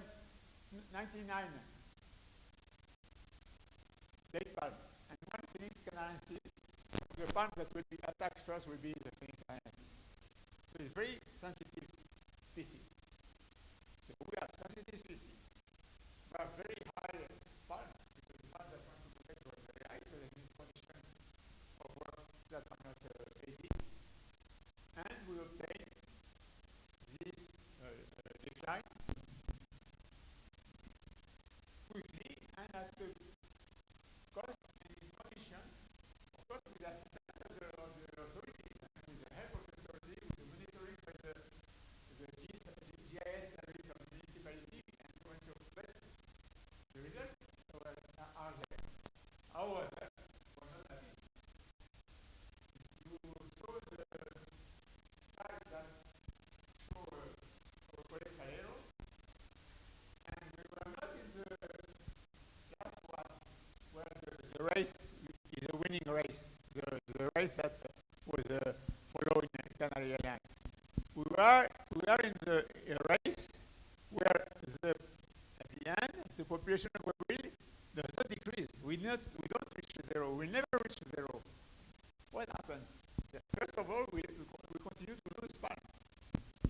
And secondly, the people, it's not sustainable for economic purposes. The people say, okay, now 10 years. Okay. 10 years. We are trying to we pay not too much, but 10 years is too long.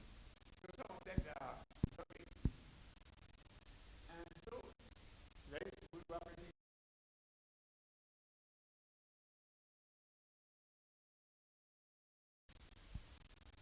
we are encouraged to go on because the Plant Protection Authority in the region has decided to regulate the RPW as a quarantine pest.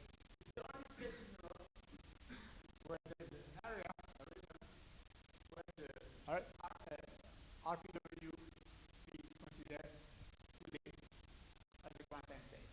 It was so there were his department was so surprised by the result. They said, okay, we need this quarantine regulation to be capable to push more owners to move. So we are good how to work and to continue to design to be slower. But we can help to convince more parts of them to participate to this program. And I hope that we will extra year that we can have a new today. Thank you. Thank you, Michel. Michel has the many lessons to be learned from him. He has extensive experience not only in Spain, but also he has worked in almost all the GCC countries. He has extensive experience also in Africa. And he's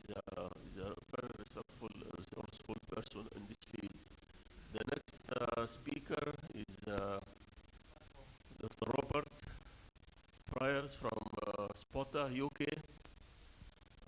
Robert is the co-founder and the CEO of Spotta, UK. He's from Cambridge University. His technology was a recipient of the prestigious award by Khalifa Singh last year. He's here to tell us about the importance of, about some lessons from IPM, the importance of monitoring, and some of these tools in IPM management. Robert, thank you. Thank you. Very kind introduction, Dr. Mohammed. So I'm going to give a short presentation which I think will actually echo a lot of the messages that Michelle and Moses have been giving over the last few minutes, and in fact talking about some of the same examples. But I think it is worth repeating because there are some really, really key lessons that at the moment successful IPM programs around the world are executing in this part of the world. So, if I can get there. There we go, just a quick background about myself. Actually, but I won't repeat this because Dr. Mohammed's very kindly just done the introduction for me. But I'm the founder of Spotta. We make a variety of smart insect traps. We see most of the main IPM programs around the world either directly as a contributor or learning about it for helping us build our systems. I'm not going to talk at length about Spotta. I'm very happy to do that, but that's not the purpose of this talk. The purpose of this talk is for me to share what I've learned about executed government IBM programs over the last few years. So, this, I think, probably will be familiar to many of you. The spend in the GCC since the introduction of red palm weevil to the region is almost $1.5 billion has been spent between the various different countries. It's tens of millions of dollars a year in the major economies, and you run that time. And the question I would pose to everyone here is, are we satisfied with the results that we have achieved in the GCC in that time for that spend? Have we delivered control of red palm weevil in the way that perhaps the programs in the Canary Islands did? Or are we still struggling with it? I think we know the answer is we're still struggling with it, yes? And the thing that I'd like to bring, the question for all of us, if we're any of us who are involved in advising government ministries or helping to design these programs, is how over the next 10, 15 years do we spend the next $1 billion that's going to get invested, you know, a few million at a time for programs in each different region, each different country around the area, but the total is huge.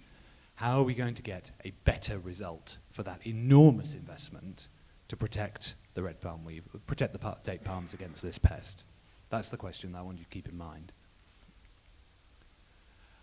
To answer that question, I'm going to bring in two sources of information. So the first on the left-hand side is the data that my own company gathers. So we have the world's largest fleet of insect monitors spread across about 33 different countries. We're engaged with many different governments, all the way from Australia and New Zealand through to the US, through to South America.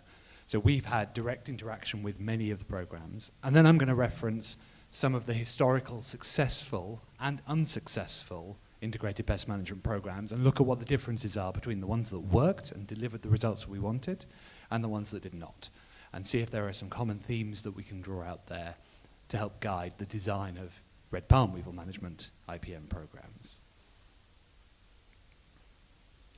So three that I'm going to draw on in particular. These are all programs that were run by the USDA, so an expert body with a very strong track record of delivering integrated pest management programs. Two of them were spectacularly successful. So we've already mentioned the cotton boll weevil program. Alongside that, there was the pink bollworm program. Both of those invested substantial sums of money in monitoring. And this is one of the key things here, is that spend on treatment alone does not work. Integrated pest management must be integrated. And the integrated part of it requires a significant allocation of budget to the inspection and detection, because that is how you accelerate the response time. That's how you get faster response, and how you prevent the spread. The two programs on the left here, pink bollworm and boll weevil, they put all of the first few years of this program was purely on monitoring. They didn't even really start on the treatment until year 3, for example. So, and both of those delivered complete eradication, often over an entire continent. You know, these are it might be very easy. You know, Moses had a fantastic result in an isolated island environment. That is possible even over larger areas, even where you've got shared borders. So the eradication in the US, this pest is still present in Mexico, only a few kilometers away. So they've managed to achieve that because they are continually vigilant. Compare that to Asian citrus psyllid. This is a pest that has destroyed orange production in Florida. You know, everyone thinks of the brand name Tropicana. It doesn't grow oranges in Florida anymore because of this pest. It wiped it out entirely. And the reason for that is that everybody spent time treating, nobody spent time looking. And by the time there was a coordinated program and the farmers were involved in the program, as Michael just said and Moses just said, that's why they weren't at the beginning. It was just top-down, spray, spray, spray. By that point, it had already spread. It had already destroyed the industry.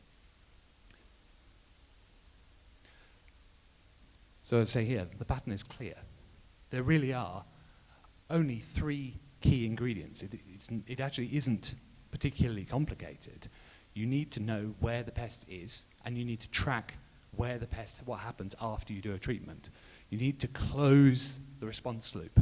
The idea that you can say, there was a problem here, we checked once a year, we went, we sprayed, and then we forget about it, that approach doesn't work. What that leads to is overuse of chemicals and insecticide resistance.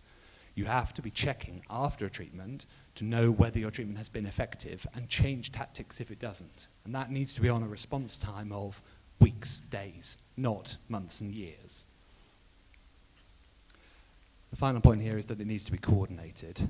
You need engagement of all the different stakeholders, but you do need somebody central who is guiding the whole process. If you allow it to be very fragmented, if you allow different regions, as Michelle was just saying, if only half the farms are engaged, or only half the sites are engaged, and half of them are doing one thing and half are doing something different, you won't get the overall results. You need a consistent strategy that's applied everywhere, and it needs to be centrally controlled, but with engagement from all the stakeholders.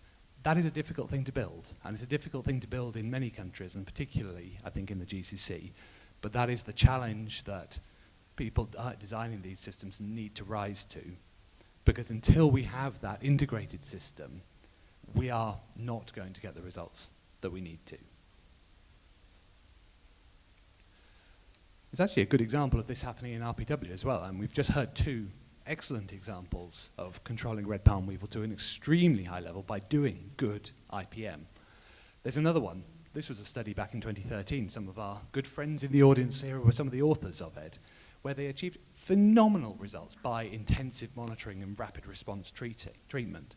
Now, this wasn't rolled out as a standard platform in Saudi Arabia at the time, largely because the level of manual monitoring that was required here was too expensive to do at scale. But it showed the principle. It proved that if you are thoroughly engaged with the operations on a farm and you are rapidly responding, going in, treating, checking the treatment's been effective, and then looking back and looping around that cycle, you can get phenomenal results. 90% reductions in infestation. I'm sure every program in the GCC would be delighted to get 90% reductions in infestation rates in just a couple of years. That's an unheard of level of performance. It's absolutely possible. At this time, 12 years ago, it required lots of manual intervention. The difference is now there is technology that can help automate this in a very affordable way.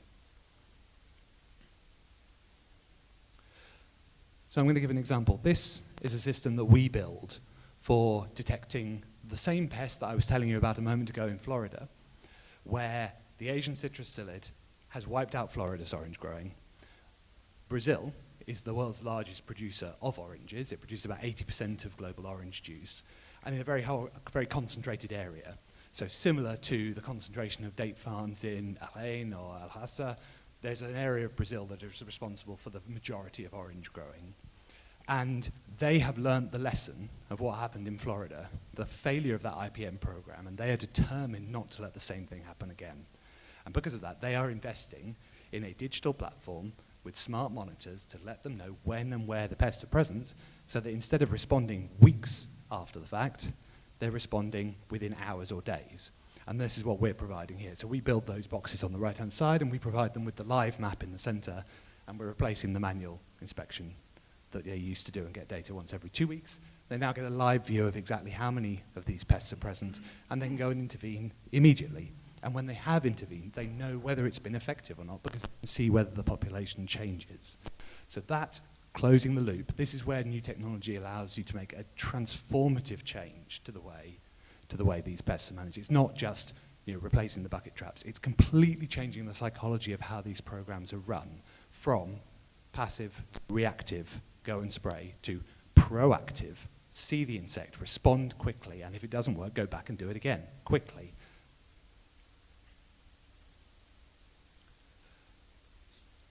Their goal here is a 70% reduction in infestation in 12 months. We've already delivered that for several other pests in different applications. The average when someone uses our smart monitors is a 50% reduction in pest population within a year. That's what we've seen. Over 25,000 monitors deployed in many, many different countries for many different pests. Absolutely the same thing can happen for red palm weevil. It just takes a government, an organization, a group of growers with the commitment and the vision to make it happen. And that's what we've seen in Brazil. So all of these companies here, they've all worked together, coordinated, engaged all of the farmers, engaged the government at a central level, and building this program out in a way that they all share the information within the country, only within the country, but they share the information, they share a common view. They know if someone is struggling. Actually, it's in all of their interests to help their neighbor if there's a challenge, because if they don't, that pest is coming to them the next week. And that's the same challenge we see with red palm weevil, as we all know. And this is the IPM cycle. This is the challenge that we've just been talking about. In order to consistently control pest populations, you need to close this loop. This loop is not closed in most red palm weevil programs at the moment. At the moment, what happens is a farmer will report, or there'll be a bucket trap, there'll be a treatment, and then it gets forgotten about. And maybe 6 months later, someone will find out whether the treatment's effective or not. The key thing that changes this is closing it so that after treatment, you're doing this verification step. And the great thing about some of the digital technologies that are available now, like Spotter, but there are others, this is not an advert for Spotter, there are other tools out there that you can use that will allow you to see what the level of activity is, both pre and post-treatment. So for example, how long does it take for a red palm injection to work, to see? A few days, a week or two? If you don't see a drop in population, you know you've missed it, or you know it was resistant to it and you need to use a different approach. At the moment, that isn't done. And that's one of the primary reasons, a bit like the half of trees that were not in the program that Michelle was just talking about. If you don't have visibility of those, they just become a source of reinfection. So you need to be closing that and looking at the entire area throughout the process.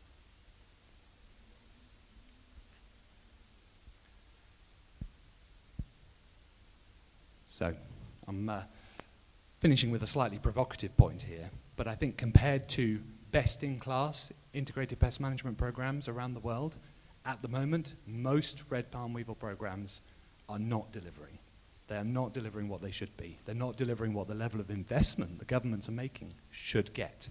If a country is spending $50 million a year on a program, they should expect to get better results. We've seen two fantastic examples just there where 90% reductions should be very achievable for that level of spend.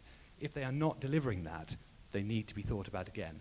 And the missing piece in most of them that I see is that there is a massively, massively underfunded focus on monitoring, not enough on that side of things, and all the money's just going on chemicals and spraying. Of course, you still need treatment. But actually, if you sprayed half as much and targeted it twice as well, you get a much better result than just spraying everything all the time. So this really is the choice. Yes, we can carry on as we have been before, and going to farms once every 45 days and checking in and spraying large numbers of trees, or we can divert a small portion of that budget to a fully integrated digital system that enables integrated pest management done properly and transform the results of these programs. We've just seen multiple case studies, both in this presentation and the previous ones. It absolutely is possible. It absolutely would deliver, and it wouldn't even take very long to prove it. But we need a government to step up and take that step, because none of them have yet. So that is the question I will leave you with. I'm very, very happy to discuss this further with anyone else after that. If you'd like to find out more about Spotter or contact myself or our regional director, Ashraf, please feel free to use that QR code. We'd be happy to chat. Otherwise, I'll talk to you at the end of the day. But thank you very much.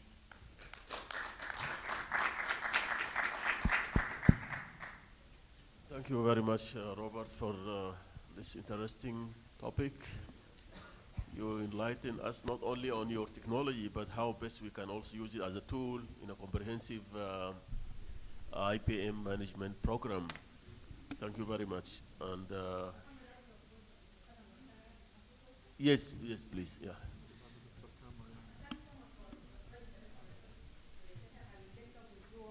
Later. But now a quick question. The case of comparing Florida and Brazil when it comes to citrus salad. I just want to have because the destruction of citrus, it is mainly due to citrus greening disease, not to the pest itself. So do we have also citrus greening disease in Florida? I mean in Brazil rather? Yes, it's the same mechanism. So yes, you're correct. It's Asian citrus psyllid is the vector for the greening disease. Yeah, the vector for, and it's exactly the same between the the reduction two. of in Brazil of by 70, that 25% which is left, it could as well vector the green disease, and it leads to the same outcome in Florida. So you're correct. If they don't control the psyllid effectively, then yes, exactly. Which is all the more reason why you need to respond very, very quickly when you detect it. So they're going from, instead of spraying every 2 weeks, to spraying within hours of us detecting, so that as soon as it arrives on a farm, before the psyllids start infecting it. So yes, and eradication in that case probably isn't possible, but much, much better control and not losing their entire industry is possible, which is what would happen if they don't Robert, do it. if you don't mind, maybe you may continue I'd be with delighted to, about yes. this topic, but for the sake of time, I would like to introduce the next speaker, Mr. Jonathan. He's behind the Agrine technology, while the smart detection by spotter focuses on monitoring the adult population. Another technology, this is on detecting actual infestation on the trees. And the IoT sensors by Agrine is one of the innovative technology in this field. And Mr. Jonathan will tell us about how this tool could be used in the management of the red palm weevil. Thank you very much, Dr. Ali Bob, and thank you for your time. Agrine was established about 10 years ago, and the vision was to save the trees and reduce the use of pesticides. Now, we consider trees as an asset. For a farmer, he spent about 7 years to grow a tree, and then he expects to get a revenue for about 35 years. However, these trees are in risk, and you already know the red palm weevil. The red palm weevil lay the eggs in the tree. The larvae that develop from those eggs eat the core of the trees. Eventually, the tree dies. So the common practice is what we call spray and pray. Spray all the trees 3, 4, 5, sometimes 10 times a year, and pray because you don't really know if it was efficient or not, and yet tree dies. So it waste of money, waste of time, and pollute the environment. And based on our record, and we have about more than 200,000 sensors in trees, the first treatment is efficient only in 52%. For the other, you need 2 or 3 treatments, sometimes more. So when you do a preventive treatment, let's say it's efficient in 50%. And that's why tree die, because you make a treatment and you hope that it was efficient, but 50%, it's not efficient. So Agrine developed a seismic sensor. We insert the sensor to the tree. The sensor senses the vibration of the larva inside the tree. And when it detects the presence of larva, it sends an information to the client app. Now, this sensor gives you the early detection and most important, monitoring the reaction. So after the treatment, the sensor gives you the indication if the treatment was efficient or not. And if not, it advises you to do another one and another one until you eliminate the larvae. And of course, by that, you make a treatment only to the infested trees. So you save a lot of money on pesticides, but you reduce the use of pesticides. We call it early detection because it's really early detection. We detect it sometimes when the tree doesn't know that it was infested, when the larvae are still in the perimeter. So if you make a treatment, if you react fast and make the treatment near to the infestation, nothing will happen to the tree. So our sensor is divided to two parts, one in the sensor itself, the second in the cloud. So there is a algorithm in the sensor and the AI algorithm in the cloud, and that gives us the ability to get 98% of accuracy with very low false alarm rate.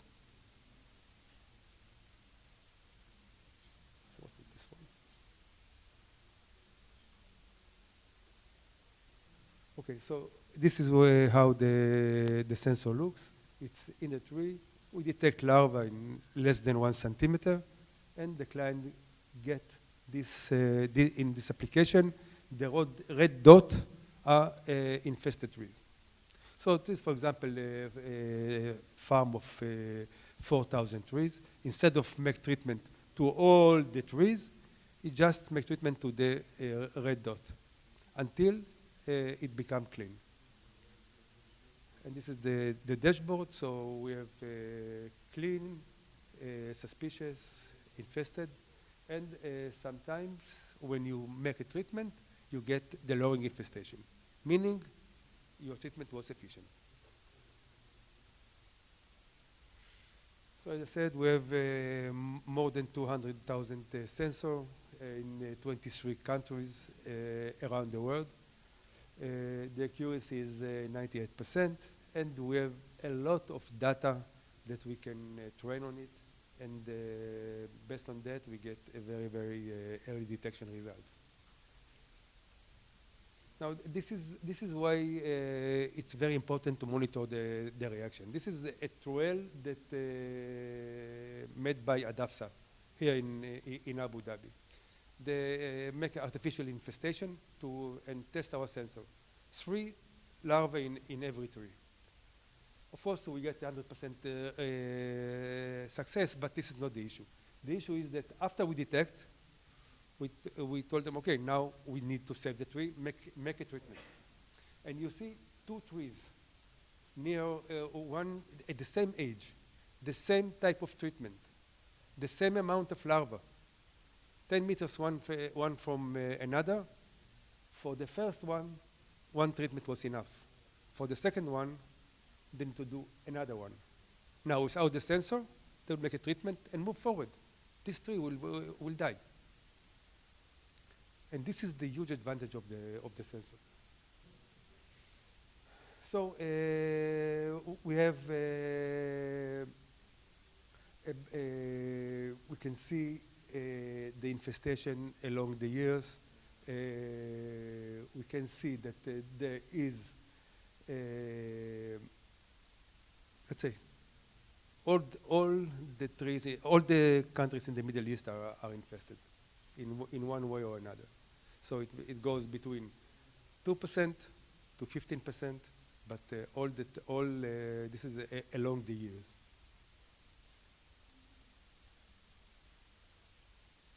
Wow. Okay.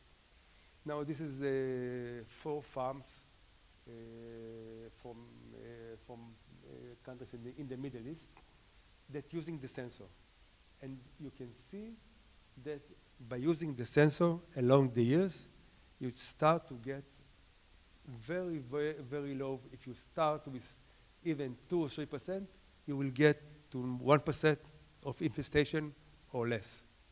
So using the sensor gives you the ability to reduce the infestation.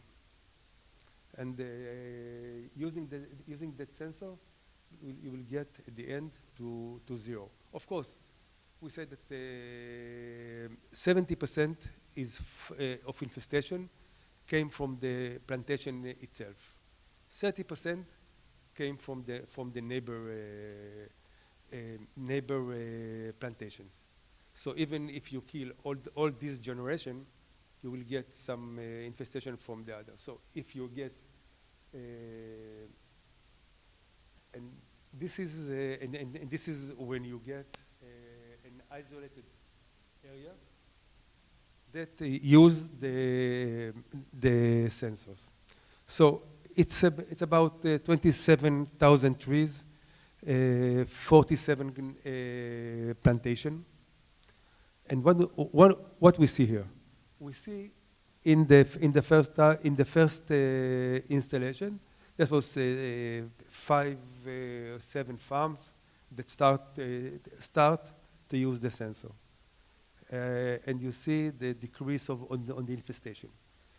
Now you can see here this is farms that started on 2023. You see the difference. This is those farms use preventive treatment, and this farm uses treatment by sensors. So you see the difference. This was the infestation in the area, and this is the infestation in the farms that use sensors. Now in 2024, you see the difference. This is new farms that install sensor. Based on that, we know the infestation in the area, and see the infestation in the farms that use sensors. The same in 2025, but you start to see the influence that most of this area are using sensors. So the infestation now in here, so infestation here is much lower than we start to see the decrease on the infestation in the area. Of course, those stays on very low infestation, but the new one, because we reduce the infestation in the area, get only 4.5% instead of 8% a year before. So this is the advantage of use the sensor. Of course, by that we saved about 186,000 treatments. This is for the environment. Now, this is why it's very important to make a fast treatment, or to react fast to what I said. As I said, the system is early detection, fast reaction, and monitoring the treatment. And now we will be focused on the fast reaction. You can see here that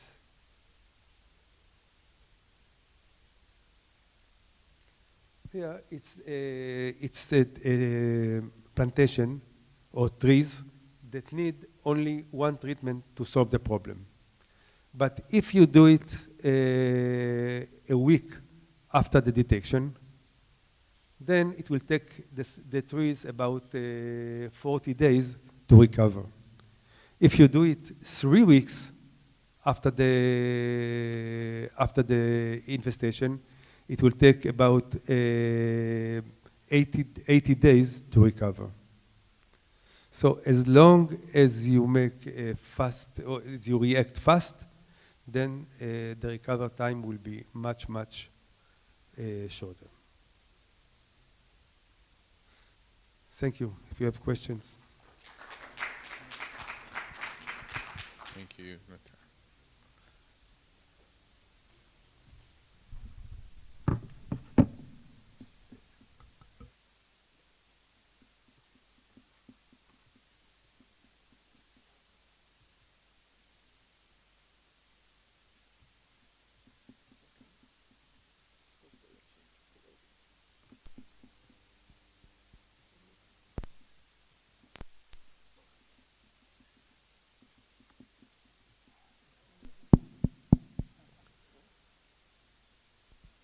Thank you, Mr. Jonathan. Our last but definitely not least presentation today will be by Dr. Kam Moischlager.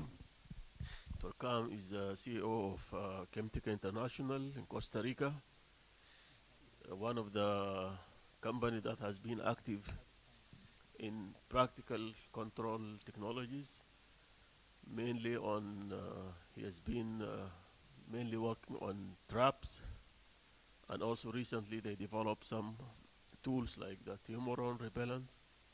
And in his presentation, which he will join shortly, he will tell us about optimization of traps, different traps, whether the conventional or the dry traps, and the different aspects, to improve their efficiency when it comes to color, to placement, to capture, release, and those aspects. It's an area which he has been working for decades, and hopefully he will join us soon. It's going to be virtual.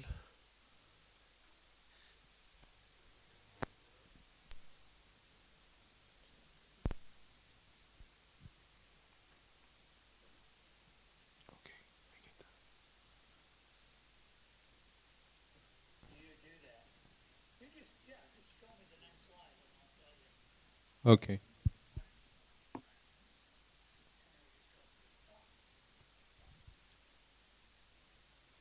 Okay, go back to PowerPoint.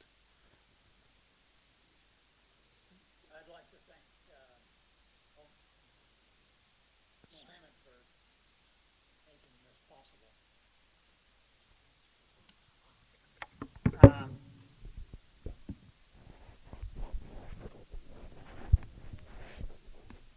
Yeah, I don't have control.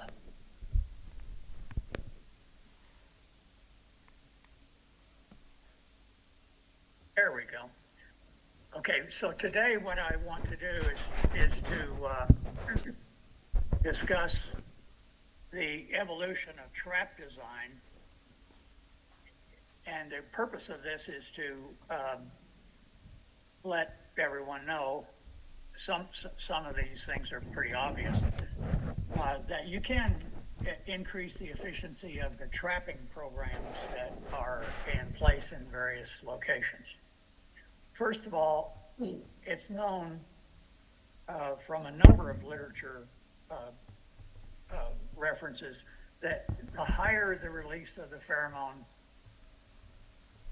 does a better job than the lower release of a pheromone in a palm weevil trap. The other thing that's obvious from the literature is that if you add food, especially a high sugar food, to the trap, you're going to get more insects coming to that trap. Once the insect arrives at the trap, it's very important to have it go into the trap easily. You don't want any type of barrier there. It's also now obvious that escape is occurring in some trap designs, and that should be low to zero, and I'll show you some data on that. And of course, you want your trap to last for as long as possible, because traps are more expensive than the pheromone lures. Over the years, it became obvious that trapping involved a lot of labor when carried out at area-wide levels. And the first serviceless trap, where you didn't have to go and replace food, so these are foodless traps, was the elect trap, and I'll show you that. And now there's another one there that is our rehab trap, and we have another one over in Central America, which is basically a bucket with a hole on the top, which is covered by part of another trap. Next slide. Okay, the elect trap was introduced to the UAE some years ago, and it didn't have any food. And Romano Falero conducted an experiment in which he compared that with the Saudi food trap, and they caught the same number of insects, basically. And this was quite a revelation to people because it was considered at the time that if you didn't have food in the trap, you just wouldn't catch any insects. And this performed as well as the standard trap in the field. Next slide.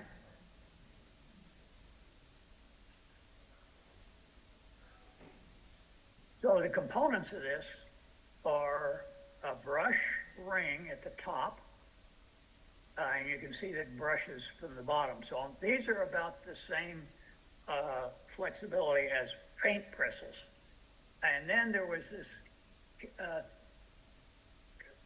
assembly in the bottom, which is basically houses a mirrored chamber. So this chamber is about 2 or 3 centimeters wide, 2 or 3 centimeters deep, and about 10, 15 centimeters long. It has a lid that goes on it with a little clear plastic window in it. And in that, you put the lure. And the people that made this trap said that what happened was the radiation from the sun came in through the mirrors on the trap, then penetrated this window, went in, activated electromagnetic radiation, and then that electromagnetic radiation came back out through this hole, went out through the trap, and attracted the insect. Now that's a theory that was proposed for the reception of pheromones on antennae of insects decades ago, and people went through a large number of experiments to try to figure out if that had any validity, and it didn't. So what we assumed was that the bulk of literature, which says that pheromones attach themselves to odor receptive proteins on the antennae, and thereby activate the insect to fly toward a higher concentration of the attractant, is the way pheromones actually operate. Next slide.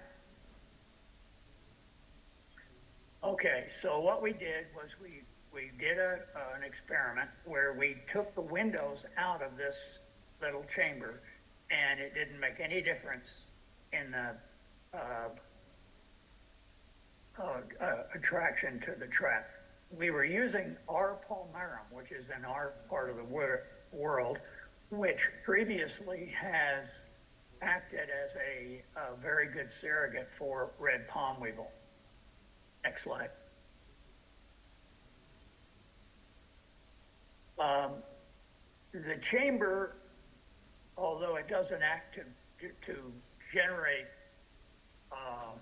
electromagnetic radiation through the mirror approach, it does act as a slow release device. The insects fly in the morning, and if you leave the pheromone and the carmone in the chamber overnight, the concentration of the pheromone and carmone in that chamber will increase, and then in the morning when the trap heats up, you will find that you catch more insects in a foodless trap if you leave the pheromone and the carmone in the chamber than out of the chamber. Okay, but that doesn't have anything to do with the mirrors. The mirrors just don't do anything at all. The secret to this trap, as you'll see later, is the bristle ring right here in the middle. Next slide. In this slide, what we did was we compared the captures in the electric trap with, which is a foodless trap now, with a simple bucket with what we'd call a uni-trap top. So this is a loft trap that's standard around the world with a disc on the top and a cone in the center here. And so that cone has been buried in the top of the bucket trap, and then the bucket has been buried in the ground. Okay, and you can see here that this elect trap is the same as this trap. It does do some good to put the food in the trap, okay? But it's not spectacularly. This difference is not between a food-baited trap and a non-food-baited trap is not 20 to 30. It's only 2 to maybe 6, okay? Next slide. So when you look at the capture of your trap, you're looking at the total capture minus the escape. And so we did an escape experiment where we took 10 of each one of these traps that you have on the slide here and put 10 R palmarum that we'd captured from the field in each trap. And so this graph basically shows a very low escape rate in this bucket trap with the uni-trap top on the electro trap with the bristle ring. When you take the bristle ring out of the top of this trap, basically making it into a picasand trap, the escape rate actually goes up. So the bristle ring here is the feature that makes that trap a good trap, okay? And the side entry or palmarum trap, as you can see here, has a very high escape rate, and this would be like the Saudi red palmweevil trap. And so the reason that the red palmweevil trap in Saudi Arabia wasn't doing any better than the electro trap in the original experiment that was conducted on this electro trap had to do with the escape out of that trap. The next slide shows also what happens with water. If you're going to use food in your trap, water loss is the major problem. And water loss is about 3 times higher for side entry traps as it is for a top entry trap. Next slide. The trap that has been used, I think, for the last few years in the UAE is the Al Rehab trap. And that one is a bucket. Here's the total view is shown on the right. It has a funnel. The funnel goes down in there.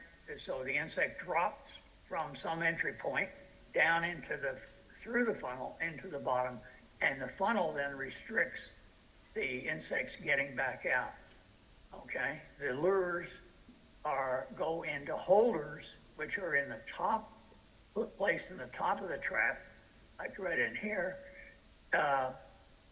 but they can also be placed in the bottom. And in this last picture, you see the pheromone lure and ethyl acetate lure and 75 dead red palm weevils in there, which were captured in a couple of weeks. So this trap is a serviceless trap. It can be used for with the lures in there, you can use that for about 4 months in the warmer part of the year and 6 months in other parts. The slide shows the open bucket trap.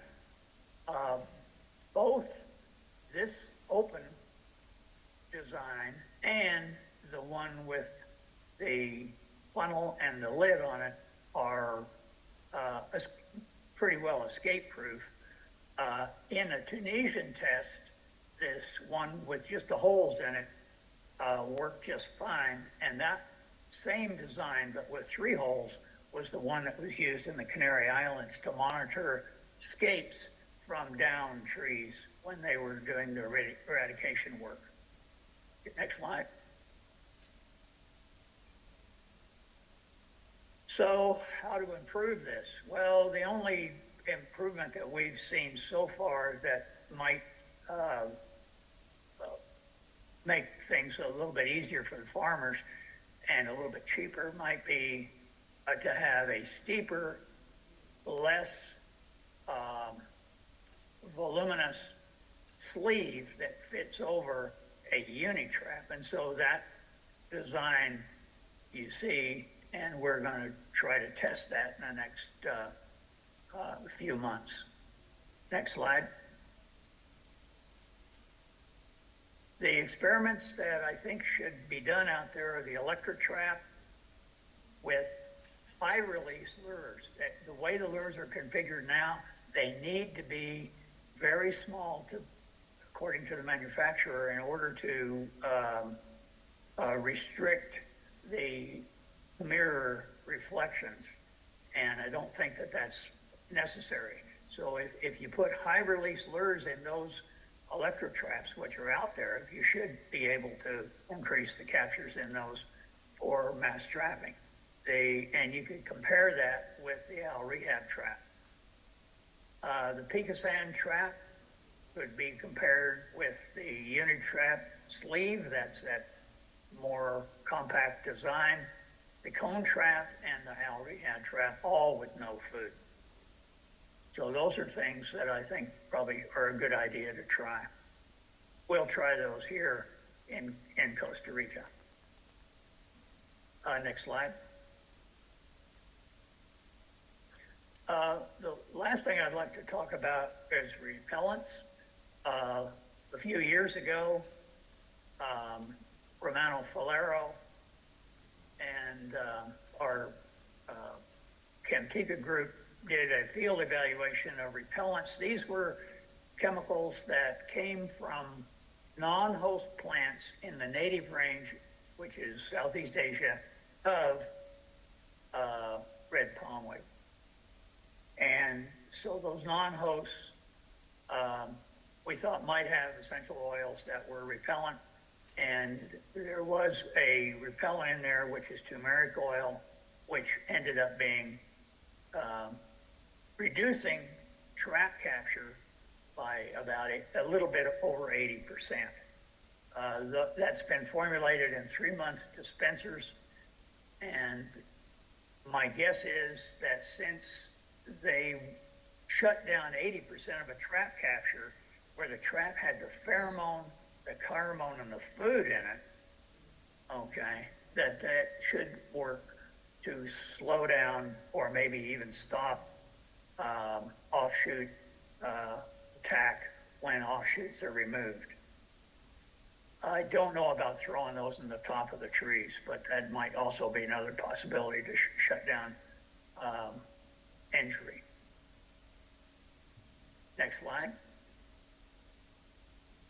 And I want to thank you for your attention and the invitation to present.